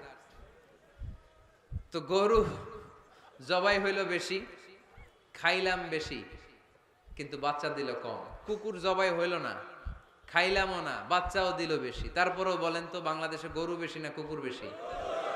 এর কারণ গরু খাওয়া হালাল, হালালে বরকত ঢুকায় দিয়েছে কে? এজন্য মুমিন কখনো হারাম অবলম্বন করে না, মুমিন সব সময় হালাল অবলম্বন করে। কারণ মুমিন ভালো করেই জানে হারামে কোনো বরকত নাই, কিন্তু হালালের পুরোটাতেই বরকত দিয়েছে কে? ওয়াল হাফিজুনা লিহুদুদিল্লাহ, আল্লাহর দেয়া যে সীমানা, এই সীমানাকে মুমিন কখনো লঙ্ঘন করে। এই 9টা গুণ যার মধ্যে থাকবে, জান্নাতের সুসংবাদ দিয়েছে কে? এই 9টা গুণ বাস্তবায়ন করতে রাজি আছেন? রাজি নাই কারা কারা? হাত তুলেন। রাজি আছি কারা কারা? হাত তুলে আল্লাহর দেখাই। লিল্লাহি তাকবীর, লিল্লাহি তাকবীর, লিল্লাহি তাকবীর। হাত নামান। 1 নাম্বার গুণ হচ্ছে আমাদের ভুল হবে, পাপ হবে। পাপ নাই এমন কেউ নাই, ঠিক কি না? পাপ হলেই তওবা করব কার কাছে? 2 নাম্বার ইবাদত করব কার? 3 নাম্বার প্রশংসা চলবে কার? 4 নাম্বার রোজা রাখবো কার জন্যে? 5 নাম্বার রুকু করব কার জন্যে? সিজদা করব কাকে? স্লোগানটা মনে আছে? ওয়াসজুদ ওয়াক্তারিব, ওয়াসজুদ ওয়াক্তারিব। সিজদায় লুটিয়ে পড়ো আর আমার কাছে আসো, সুবহানাল্লাহ পড়েন। তারপরে সৎ কাজের আদেশ করো, অসৎ কাজের নিষেধ করো। আল্লাহর দেয়া যে বিধান, হালাল হারামকে লঙ্ঘন করা যাবে না, হালালকে অবলম্বন করতে হবে, হারাম থেকে বেঁচে থাকতে হবে। তাহলেই জান্নাতের অধিকারী বানায় দিবে কে? আল্লাহ আমাদের সবাইকে কথাগুলো বুঝার ও আমল করার তৌফিক দান করুক। আমরা পড়ি আমিন। সুবহানাকাল্লাহুম্মা বিহামদিকা আশহাদু আল্লা ইলাহা ইল্লা আনতা আস্তাগফিরুকা ওয়া আতুবু ইলাইক।